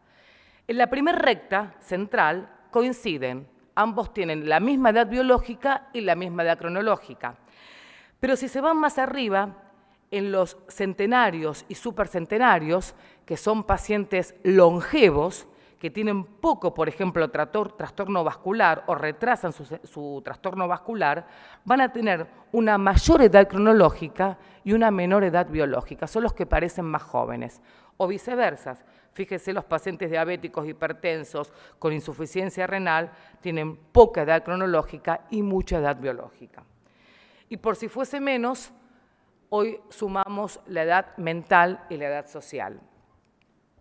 Lo cierto es que la prevalencia en la disfunción eréctil no cambió, sigue siendo la misma. Lo cierto es que el consumo de inhibidores y la farmacocinética y la farmacodinámica de los fármacos no cambiaron. Y lo cierto es que las expectativas que tiene el paciente cuando viene a la consulta tienen mucho más peso en esta balanza, si lo ven, que el tratamiento que nosotros le estemos predicando. El tratamiento va a ser el mejor en fertilidad, la mejor prótesis, ondas de choque, sistema de vacío, drogas vasoactivas, cirugías, todo lo que nosotros podamos, tratamiento de infertilidad, ICSI, fertilización asistida, pero el paciente a veces viene con expectativas que nosotros como médicos no podemos darles porque van más allá de la problemática médica. Entonces, pregunto, ¿nuestra medicina sexual, como la conocemos, cumple las expectativas de este hombre tan cambiado del siglo XXI? Yo no estoy haciendo un juicio de valor, simplemente estoy haciendo un relato de lo que me pidieron que dé como charla. Cuando el hombre históricamente la prioridad era su autoestima y el motor de la reproducción, el motor era su reproducción, ¿hoy sigue siendo el motor de su vida esto al varón del siglo XXI? El objetivo del hombre hoy es, en muchas oportunidades, según algunas estadísticas, luchar contra la vejez, una juventud eterna, posiblemente tener alguna clave de la felicidad, cuidado para las mujeres también, y a veces esa calidad de vida que ellos quieren se confunde, o esa felicidad se confunde con la salud que nosotros le podamos dar. Einstein dijo que creando conciencia es lo primero. Entonces yo les digo, ese hombre, fíjense esta nueva normalidad, estos saludables con trastornos, lo define la ciencia hoy, redefine ese concepto de hombre del siglo XXI, y el hombre de 60, no sé cuántos tendrá, 70 años, se ve joven al espejo. El hombre de 40, dice las estadísticas, el hombre de 60 pasa a ser un hombre de 40. Tal es así que tenemos algunos cambios disruptivos. La natalidad cayó al nivel más bajo de la historia. Nacen cada vez menos argentinos. Fíjense, del 2001 al 2020 el cambio en la tasa de natalidad y en el índice de fecundidad. Pero también tenemos casos desde Chaplin hasta Mick Jagger que tienen hijos en edades tardías. Por eso que volvamos al principio, calidad de vida. Pocas veces se valoraba clara en los trabajos en forma numérica. Hoy, al 2023, un concepto de 1960 ha cambiado. Hoy los trabajos hablan que la calidad de vida debe evaluarse con cuestionarios, con ensayos clínicos y con estudios poblacionales para estudiar poblaciones generales y enfermedades específicas con el fin de planificar, asignar recursos, priorizar y evaluar políticas de salud. ¿Y cómo se mide? ¿Cómo medimos? Lo han dicho en oradores anteriores, por cuestionarios generales, específicos, cotejar resultados, ver una población donde impacte la calidad de vida. No me voy a detener en la bibliografía, pero quiero nombrarle que hay mucha bibliografía al respecto, que después se las puedo compartir. Fíjense, impacto de los tratamientos de fertilidad en la calidad de vida, impacto de los pacientes con disfunción sexual en su calidad de vida en pacientes con disfunción eréctil y algunas guías, como por ejemplo, fíjense en las guías de la AUA y las guías europeas, donde dicen que la modificación de los hábitos de vida, ejercicio, disminución de la masa corporal, incluso de la función sexual, se van a ver muy beneficiados por un cambio de vida, una modificación de los factores de riesgo y preceder o acompañar el tratamiento farmacológico que le demos. Esto tiene una evidencia 1B y un grado de recomendación A. Entonces hablamos de que se produce un quiebre. Acá hay un quiebre es un cambio de paradigma. Y un paradigma es un modelo explicativo, por decirlo, de la realidad, que cuenta con un aval científico y que un cambio de paradigma puede darse, por ejemplo, en medicina sexual y reproductiva, cuando un grupo de expertos, como podemos ser nosotros, nos ponemos de acuerdo en algo. Esto ya lo decía Thomas Kuhn, cuando decía que estos modelos teóricos es un personaje que dio muchas conferencias en el MIT en Boston y que habla de que los cambios de paradigma en la ciencia en el siglo XXI se van a dar. Por eso quiero concluir con esto. ¿Sigue teniendo vigencia? Esta es una gentileza de Jonathan. Este concepto de salud como idealista, como desmedida y por ahí nada operativa. Ese completo bienestar físico, mental y social y solamente la ausencia de enfermedad es lo que pretenden nuestros pacientes de medicina sexual y de medicina reproductiva. Como si el displacer, el disconfort, todas estas cuestiones que nos pasan en la vida no fueran componentes inseparables de la vida misma. Y es importante normalizar situaciones vitales que pueden ser conflictivas para mejorar la calidad de vida relacionada con la salud. Esa medicina basada en la evidencia que nosotros tanto hablamos en los trabajos, esa experiencia clínica, y ahora yo les agrego algo, características del paciente y valores de preferencia, van a hacer que nosotros como profesionales podamos tomar una decisión óptima. Quería terminar, no quiero ser autorreferencial, pero si me permiten, porque antes de venir mi madre va a hacer una muestra de cuadros y le digo, ¿qué le vas a poner de nombres, mamá? Y me dijo, comenzar. Una persona de una edad avanzada, porque es mi madre, y yo digo, ¿cómo este cambio de paradigma? Comenzar a los 70 y pico largos en una muestra de cuadro. Hay un nuevo paradigma, hay una nueva salud y hay una nueva agenda humana de las personas con una edad cronológica, pero con una edad mental y social que las supera ampliamente.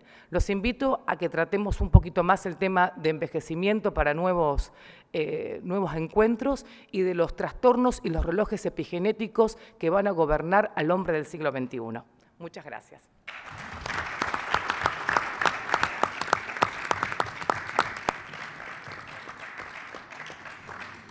Bueno, la mamá de Malén no debe ser muy grande, teniendo en cuenta a Malén, pero bien. Me encantó. Nunca se me había ocurrido ponerme a cuestionar la definición de salud de la OMS. La verdad que me gustó mucho. ¿Alguna pregunta para el sector femenino de las exponencias? Al micrófono, Diana. Presentación, todas excelentes. Malén, impresionante. Me encanta escucharte. Flor, dos cuestiones te quiero preguntar. Una, vivimos todos en Argentina, ¿no? Sabemos que estamos viviendo una crisis socioeconómico-política impresionante. Vos hablabas de que las parejas con este tipo de problemáticas viven una crisis. Entonces, mi primera pregunta es, ¿cómo encaja esta crisis en la crisis macro? Y la segunda, ¿tenés experiencias de parejas que hayan tenido hijos con parejas anteriores y que no puedan con la pareja actual y cómo repercute eso en el vínculo?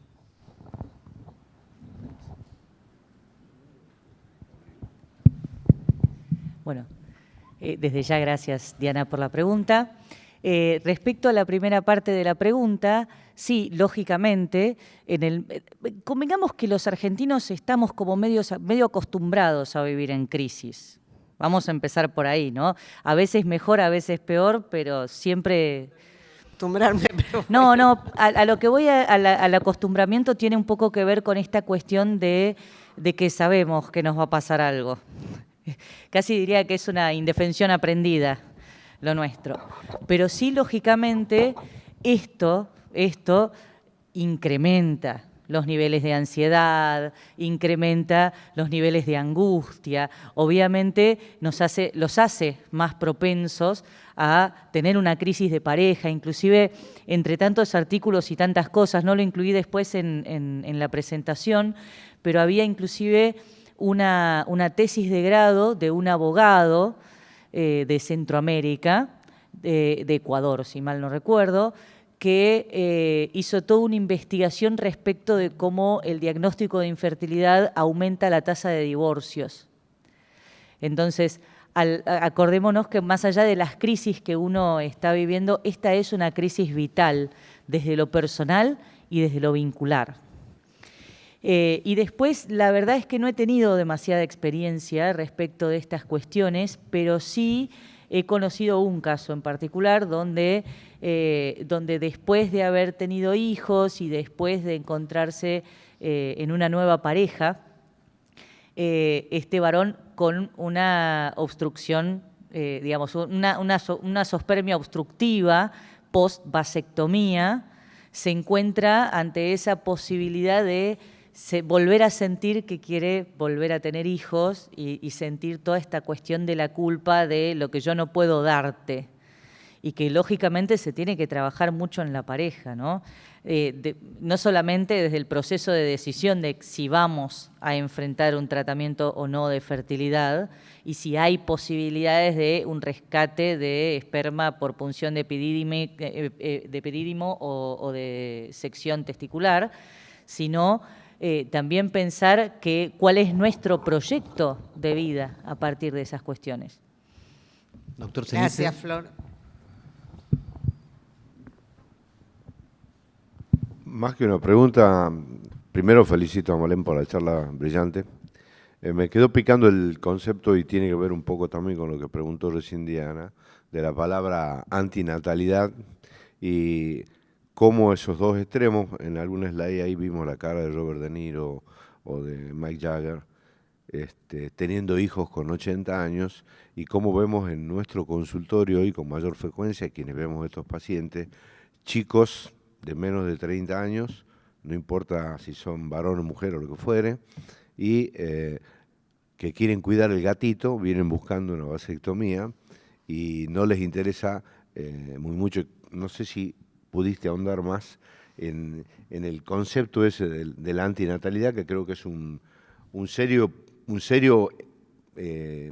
problema de nuestro trabajo diario, porque hay que tomar decisiones. En lo personal yo tengo una, pero no pasa por lo que yo piense. El cambio del paradigma de salud que planteaba Ale lo van a elegir algunos burócratas que se junten en Ginebra, pero creo que esto que hacemos todos los días en el consultorio y que habla de nuestra relación con el otro, cómo me comunico con el otro y cómo interpreto lo que el otro viene y me expresa desde un extremo al otro, con un problema de crisis de valores y con esta palabra antinatalidad que me suena medio rara. Bueno, en realidad es como vos decís, por supuesto yo tengo una postura. Acá no estamos para tener las posturas emocionales de cada uno, yo tengo la mía. Sí se ve mucho en el consultorio, y a veces uno, digamos, sin tener ese aval psicológico, digamos, de conocimiento, uno a veces a estas personas muy jovencitas les hace algunos estudios como para madurar la idea. La última vez que me pasó esta semana, que le pregunté por qué venía a 18 años para hacerse una vasectomía, y me contestó esto. Realmente trabajamos en forma interdisciplinaria. La verdad que no puedo ni con mi vida. No tengo ni responsabilidad para mí mismo, voy a hacerme cargo de otra persona. Porque el tener hijos es un desafío, pero es una responsabilidad muy grande. Uno es para toda la vida. Entonces, con este chico que después me quedé hablando, que por supuesto hice cronoterapia o procrastiné lo que tenía que hacer, entonces le pido una ecografía de control que ninguna validez tiene, pero se la pedí para ir viendo cómo yo puedo ir trabajando a lo mejor con alguien para que redefina realmente lo que tiene que pasar. Yo no sé si será hacerse la vasectomía o no hacérsela, pero esto lo estamos viendo muy, muy frecuente en la consulta. Yo creo que todos los que estamos en la mesa.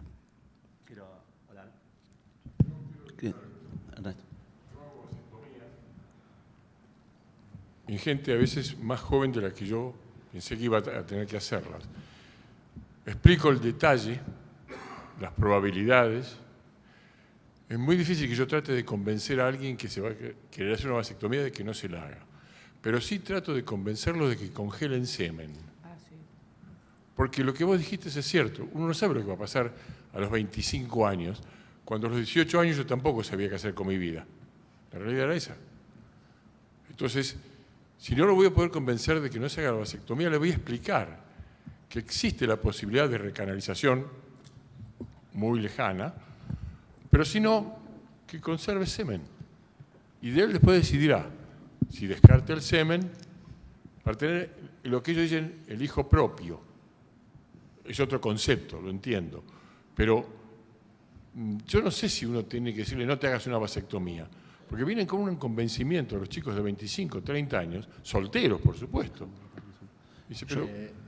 Sí, bien. Cierra Jonathan y después, si nos queda tiempo al final, debatimos todo lo que quieran. Quiero terminar con el programa científico, por favor. Un segundo. Vale, un montón de cosas. Obviamente se abren un montón de ventanas para discutir.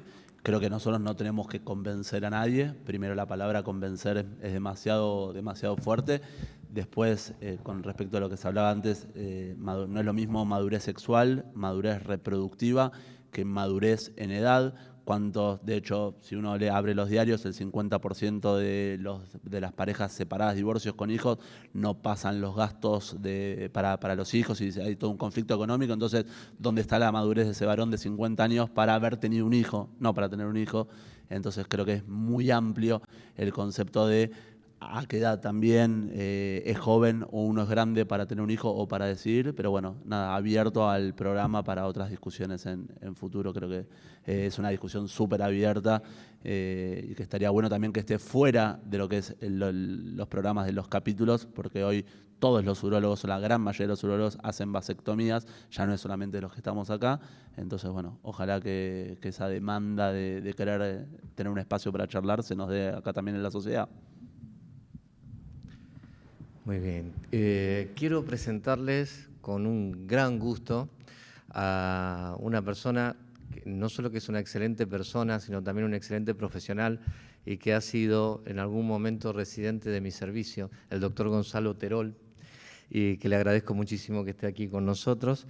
Y él va a hablar de la fertilidad del paciente oncológico. Adelante, Gonzalo. Bueno, buenos días a todos. Antes que nada agradecer a los coordinadores del capítulo, en especial a Alejandro, que fue el que me llamó para que pudiera estar presente aquí. Y es un placer para mí compartir este espacio con dos colegas que me formaron. Uno es el doctor Urresti, el otro es el doctor Layuz. Así que muy contento de estar acá. Me toca hablar hoy de un tema muy poco abordado por los médicos en general, con poca información y muchas barreras, que es la preservación de la fertilidad en paciente oncológico. Sabemos que hoy en día y desde hace mucho tiempo el cáncer es un problema de salud pública a nivel mundial, que actualmente en los Estados Unidos el cáncer en los pacientes en edad fértil ha aumentado un 30%. Y esto, y teniendo en cuenta un creciente retraso, tanto en la maternidad como en la paternidad, mejoras en la supervivencia, tanto en los tratamientos oncológicos, va a aumentar seguramente en los próximos años la preservación de la fertilidad en los pacientes jóvenes. Dicho esto, este es un trabajo estadístico a nivel mundial de la tasa de incidencia por tipos de cánceres más comunes en la etapa reproductiva, y donde podemos ver en la columna, en el dibujo de arriba, que en las mujeres el cáncer de cuello sigue siendo el principal junto con el cáncer de mama, y en los varones el cáncer de testículo. Y la tasa de mortalidad de abajo sigue siendo hoy en día la leucemia a nivel mundial. Pero, como decía anteriormente, debido a los avances de los tratamientos oncológicos, se ha visto que a lo largo de las décadas la probabilidad de sobrevida global ha ido creciendo, ¿sí? Constantemente, década a década, y hoy actualmente a nivel mundial, según la estadística del Instituto Nacional del Cáncer de los Estados Unidos, la sobrevida a los 5 años en los pacientes oncológicos y en edad reproductiva está por arriba del 80%. Como podemos ver en el gráfico de abajo.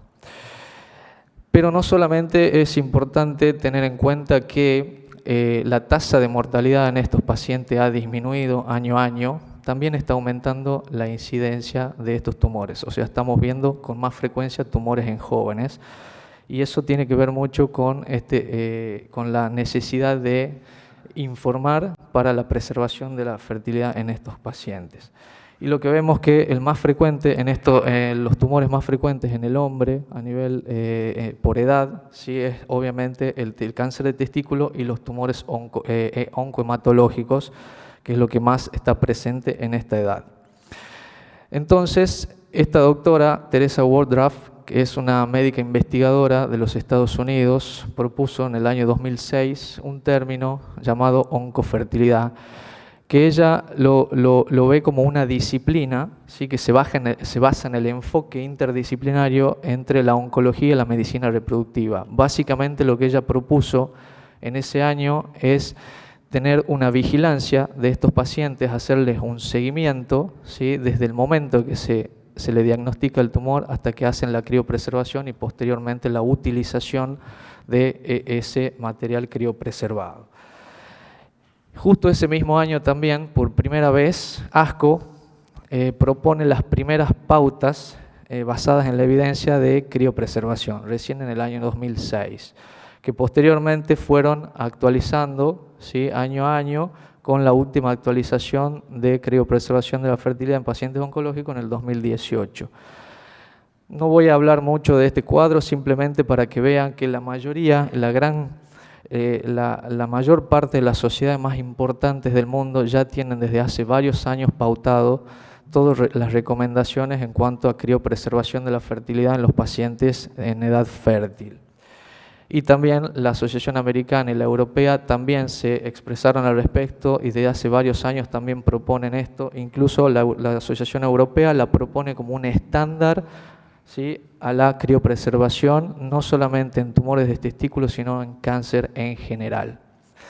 Entonces, si tenemos que hablar de las principales directrices en estos pacientes, obviamente primero tenemos que asesorarlo bien al paciente, brindarle toda la información, ofrecerle el banco de esperma siempre en el momento del diagnóstico y obviamente lo más importante, remitirlo al especialista.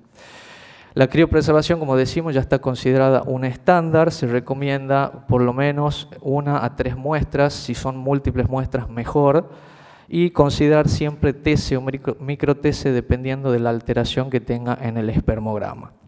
Y obviamente un tema aparte es la criopreservación de tejido testicular en pacientes prepúberes, que actualmente no está disponible porque todo está dentro de estudios experimentales, en clinical trials, así que no hay que ofrecerlo en la práctica clínica, salvo que se enrole dentro de uno de estos estudios. Sin embargo, en el 2009, ASCO, el Journal of Clinical Oncology, publicó un trabajo, una encuesta realizada a los oncólogos, para saber en qué porcentaje ellos hacían la derivación, ¿sí? Para criopreservación en estos pacientes.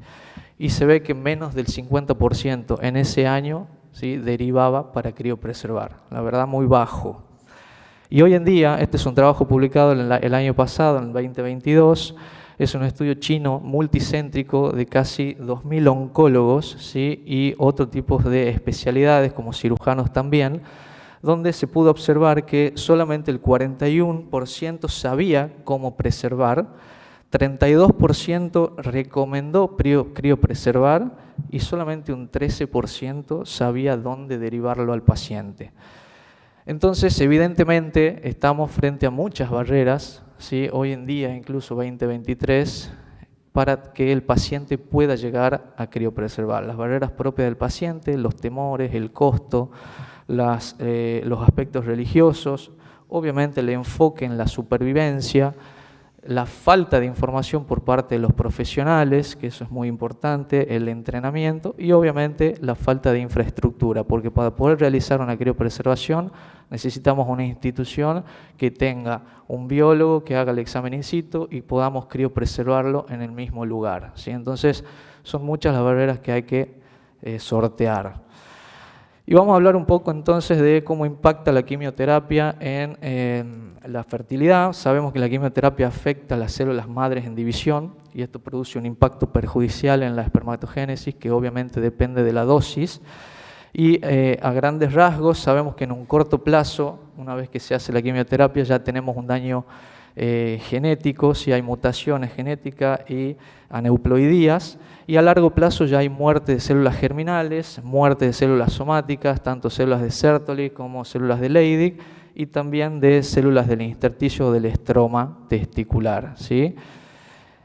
Y lo que tenemos que saber es que hay que dividirlos según los gonadotóxicos, los tratamientos gonadotóxicos, tenemos que dividirlo en riesgos. ¿Sí? Hay drogas de mayor riesgo y otras de menor riesgo. Y acá podemos ver que las drogas con mayor riesgo de gonadotoxicidad son los agentes alquilantes, que hay un riesgo mayor al 75% de alteración de la espermatogénesis. Los de riesgo intermedio, donde está el carboplatino, el citoplatino y el BEP, que lo utilizamos mucho los urólogos, los oncólogos para el cáncer de testículo, tiene un rango de toxicidad entre un 25 y un 75%, y después están los de bajo riesgo menor al 25%. Entonces esto para más o menos tener una idea y en cuenta la gonadotoxicidad que genera la quimioterapia.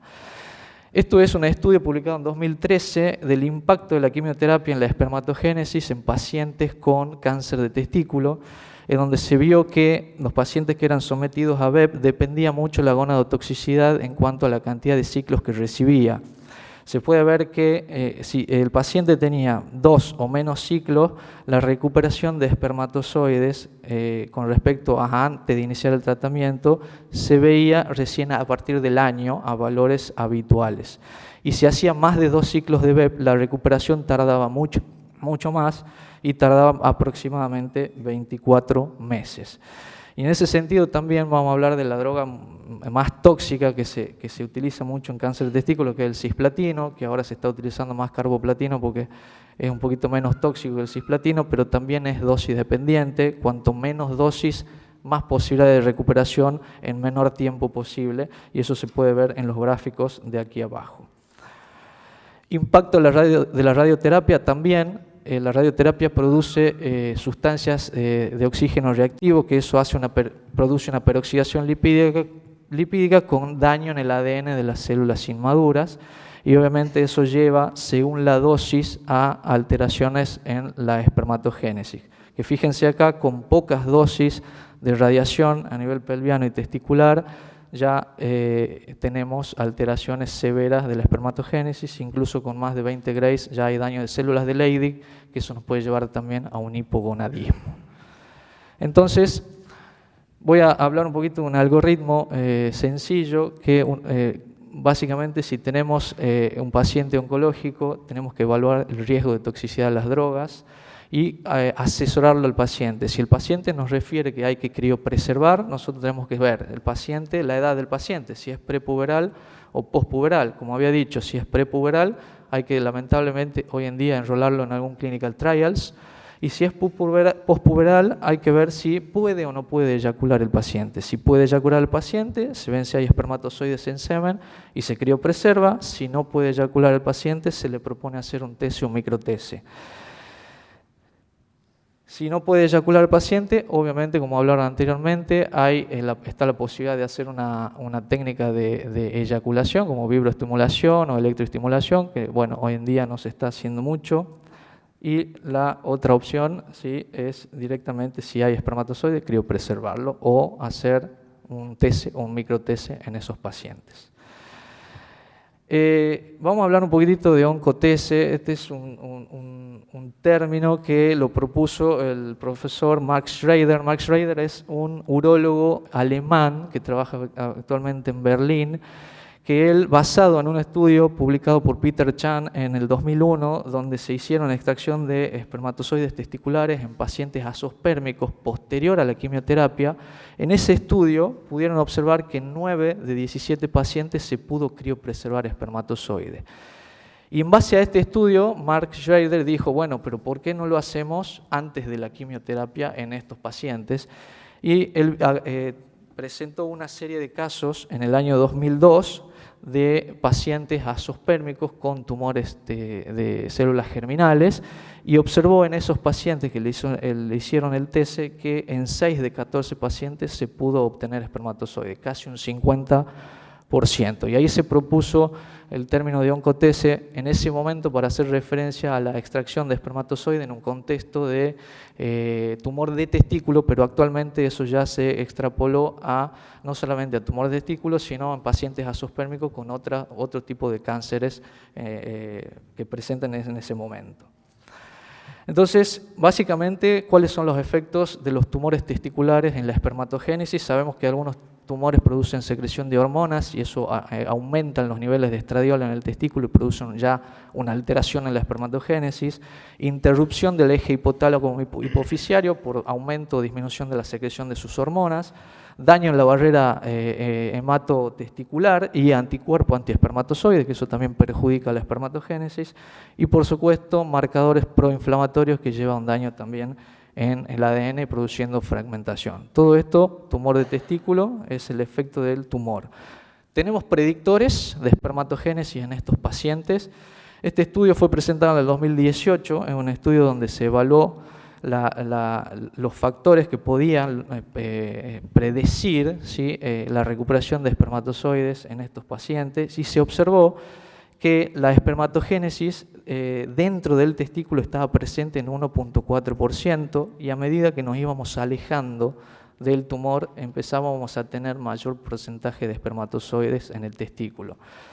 Y eso fue estadísticamente significativo. El único predictor de espermatogénesis actualmente hasta el día de hoy es el tamaño del testículo, y cuanto más nos alejemos podemos encontrar en mayor porcentaje. Y eso se evaluó posteriormente también en otros trabajos coincidiendo con este anteriormente publicado. Entonces, ¿cuáles son las indicaciones de TES en cáncer de testículo? Primero, cuando falla la criopreservación, previa orquiectomía, azospermia persistente 2 a 3 años posterior a la quimiorradioterapia y, por supuesto, un diagnóstico prepuberal. ¿Y cuáles son las modalidades? Porque hay diferentes modalidades de hacer un oncotese, ¿sí? Entonces hay patrones. Hacer un tese del testículo normal, ¿sí?, en el momento de la orquiectomía por un tumor unilateral. Hacer un tese del lado más sano, ¿sí?, de un testículo con tumor bilateral sincrónico. Y otra modalidad es hacer un tese en un solo testículo de un tumor metacrónico en un paciente con orquiectomía previa. Esas son las 3 modalidades que tenemos para hacer oncotese. Obviamente tenemos el TESE, la extracción para los que no son médicos, extracción de espermatozoides testiculares. Hay 2 técnicas para hacerla, una convencional y una microquirúrgica, que ahora vamos a mostrar un videito y vamos a ver más o menos a grandes rasgos cómo se hace. Esta es la técnica convencional, donde hacemos una incisión a nivel del escroto hasta evidenciar la túnica vaginal, donde la identificamos y realizamos la apertura de la misma. Y posteriormente hacemos la apertura de túnica albuginea, exponiendo los túbulos seminíferos del testículo, y eso se envía al biólogo para que haga el procesamiento de la muestra. Posteriormente cerramos túnica albuginea, piel y nos vamos. La técnica microquirúrgica, que se la puede hacer ex vivo también, una vez retirado el testículo, se procede a abrir la vaginal. Ahí se puede ver en esa ecografía la cantidad de tumores testiculares que tiene este paciente. Se hace la apertura en un plano ecuatorial de manera total del testículo y se expone todos los túbulos seminíferos. Acá se puede identificar con el microscopio la presencia del tumor. Entonces lo que hay que tratar de hacer es alejarse lo más posible y evidenciar los túbulos seminíferos que estén un poquito más dilatados, con mayor posibilidad de que podamos encontrar espermatozoides en esos túbulos más dilatados. En líneas generales, este es un estudio, una revisión sistemática. Si bien hay muy pocos trabajos de oncotese, ustedes verán en esta revisión, la mayoría son trabajos retrospectivos y serie de casos o case report. Entonces hay muy poquitito sobre esto, pero la tasa de recuperación espermática es muy buena, superando 60% en la gran mayoría de los casos. Y si ven la columna a la derecha, que no la marqué, se ven los nacidos vivos. En la gran mayoría de estos estudios hay nacidos vivos, ¿sí? Y bueno, eso nos da la pauta de que esto es posible, pero hay que sortear siempre las barreras. Saber una cosita importante, está la ley de acceso integral a los procedimientos reproductivos, que hay un artículo en un párrafo en el artículo 8 donde están involucrados estos pacientes porque por enfermedades o tratamientos médicos tienen que las obras sociales prepagas y el sistema público tiene que cubrir, sí o sí, ofrecerlos. Como mensaje final, creo que hay que apostar, digamos, a la información, a los oncólogos y estar un poquito más comprometidos con esto y hablar un poquito más del tema para tratar de que estos pacientes puedan llegar a criopreservar antes de los tratamientos. Muchas gracias. Excelente, Gonzalo. Gonzalo, ¿te vas a poner una pregunta? Sí. ¿En qué momento un paciente que recupera ya espermatozoides después de una quimioterapia, radioterapia, ya tiene un espermograma bueno, qué contestás a la pregunta, Doc, ¿qué hago con lo que tengo congelado? ¿Renuevo este año? ¿Renuevo qué? Perdón. ¿Renuevo la muestra que tengo congelada, que tengo crío? Si tiene muestras, sí, lo que pasa es que pasaron 2 años, recuperó, tiene un buen espermograma. Eso es importante explicarle al paciente que hay que esperar por lo menos, mínimo 1 año, porque obviamente las células tienen un daño en su material genético, en su ADN, entonces se recomienda mínimo 1 año de espera. Se puede recomendar, si ya han pasado 2 años y tiene espermatozoides, que utilice los espermatozoides eyaculados, ¿sí? Y no los criopreservados, porque se sabe que ya hoy en día, pasado 2 o 3 años de la quimioterapia, ya el daño de ADN es prácticamente nulo, ¿sí? Entonces se puede optar por que utilice los eyaculados, haga lo que utilice los criopreservados. Omar. Frecuente, ¿sí? Y yo lo que le digo es continúa hasta obtener el embarazo. Claro. Que haga, como dijo Terol, con el semen propio, que sabemos que a partir de los 2 años lo puede utilizar, pero que ese resguardo lo tenga por daño de ADN o daño epigenético que todavía no podemos medir. Sabía que iba a picar. Flor Fulco. Hola, buenos días a todos. Esa pregunta es súper frecuente en el consultorio y yo personalmente les digo que, como Omar, hasta que logren el embarazo, logren su objetivo de planificación familiar, porque muchas veces a nosotros no nos llegan los pacientes fáciles, nos llega gente que por ahí ya hizo tratamiento, hizo un tratamiento, otro tratamiento, y la realidad es que el daño al ADN es una de las cosas menos dilucidadas respecto de los tratamientos oncológicos. Muchas veces cuando un paciente viene y dice, ¿qué voy a usar? ¿Lo que tengo en casa, lo que tengo congelado o me embarazo en casa? Y bueno, uno, sabiendo que la diferencia es embarazarse en casa o hacer un tratamiento de reproducción asistida, uno tiene cierta autoridad para decir, bueno, prueben en casa. Pero cuando la realidad es que van a necesitar un tratamiento de reproducción asistida, ahí entra la pregunta, ¿qué uso? ¿El espontáneo o el que tengo congelado? Y ahí realmente uno tiene que pensar en el daño que pudo haber generado ese tratamiento quimioterápico o radioterápico en las células que tienen el espontáneo. Por eso siempre está bueno tenerlo hasta las últimas instancias, porque muchas veces los tratamientos nos fallan y todos nos encontramos con que se nos queman los papeles y los pacientes piden otra opción. ¿Qué más hacemos? ¿Qué más? Y bueno, usemos el congelado, está bueno tenerlo. Sí, una aclaración también, cuando uno criopreserva, el proceso de criopreservación también produce daño del material genético. Y después cuando uno lo descongela también vuelve a sufrir el daño del material genético, o sea que no es tan sencillo, ¿sí?, de decir utilizar la criopreservación, porque también se pueden perder y pueden haber, digamos, tasas de embarazo mucho más bajas que incluso con el eyaculado, ¿sí? Perdón, eso es cierto y es verdad con las muestras delicadas. Lo que vos decís, la crioinjuria, es directamente proporcional a la calidad de muestra que se congeló. Y es cierto que los pacientes, sobre todo con cáncer de testículo, suelen tener muestras de menor calidad. Bueno, me disculpo que no puedo dar más lugar a preguntas porque estamos sobre el tiempo de entregar la sala. Quiero agradecerles a todos su presencia hoy tan temprano a la mañana en un día gris bastante frío y feo en Mar del Plata, iba a decir, mira, en Buenos Aires, y por supuesto a la Sociedad Argentina de Urología por permitirnos hacer este curso. Quiero que no se vayan un segundito más, nada más, porque le voy a robar un minuto a la gente que viene después, para enviar un mensaje que creo que este es el momento de hacerlo, porque este es el Congreso del Centenario de la Sociedad Argentina de Urología y lo tengo que hacer. Malén en su presentación habló de la posverdad, y esto lo voy a leer para decirlo exactamente. se define como información o afirmación en la que los datos objetivos tienen menos importancia para el público que las opiniones y emociones que suscita.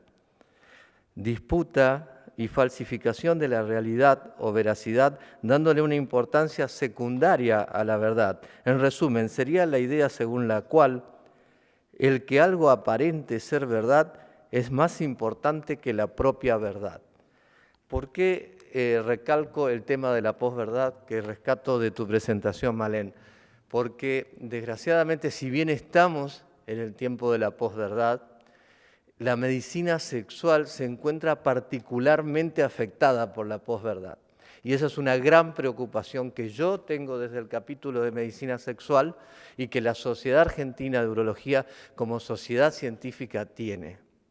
Todavía sigo escuchando hablar del punto G sin mayor evidencia científica, sigo escuchando hablar del punto P, escucho hablar de que las mujeres eyaculan, escucho hablar de que la erección no tiene importancia. Hemos hecho una presentación en la última reunión del capítulo donde se demostró la evidencia científica de la importancia de la erección tanto para el varón como para la mujer para lograr el placer sexual. ¿Para qué estamos trabajando desde la urología? ¿Para qué ponemos prótesis? ¿Para qué trabajamos en disfunción eréctil entonces? O más allá de que nosotros estemos equivocados en esa realidad, y por ahí estemos extemporáneos, como la definición de salud de la OMS, bueno, demuéstrenlo, tráiganlo acá, este es el lugar, las sociedades científicas son el lugar para que esas afirmaciones tengan el aval que la evidencia requiere. De lo contrario, estamos hablando de posverdad, estamos hablando de cosas que por sentimientos, por cuestiones que nos llegan más profundo y porque se repiten y se repiten en los medios de comunicación y mucho en las redes sociales. No me quiero olvidar de todos los hombres se tienen que hacer la vasectomía, como otro ejemplo. Entonces, les pido por favor, esto es una sociedad científica y el capítulo de medicina sexual suele ser uno de los más afectados por esta realidad nueva de la posverdad. Les pido por favor que sigamos en el camino de la verdad científica, sigamos en el camino de la evidencia, porque estamos en una sociedad científica. Nada más. Buenos días.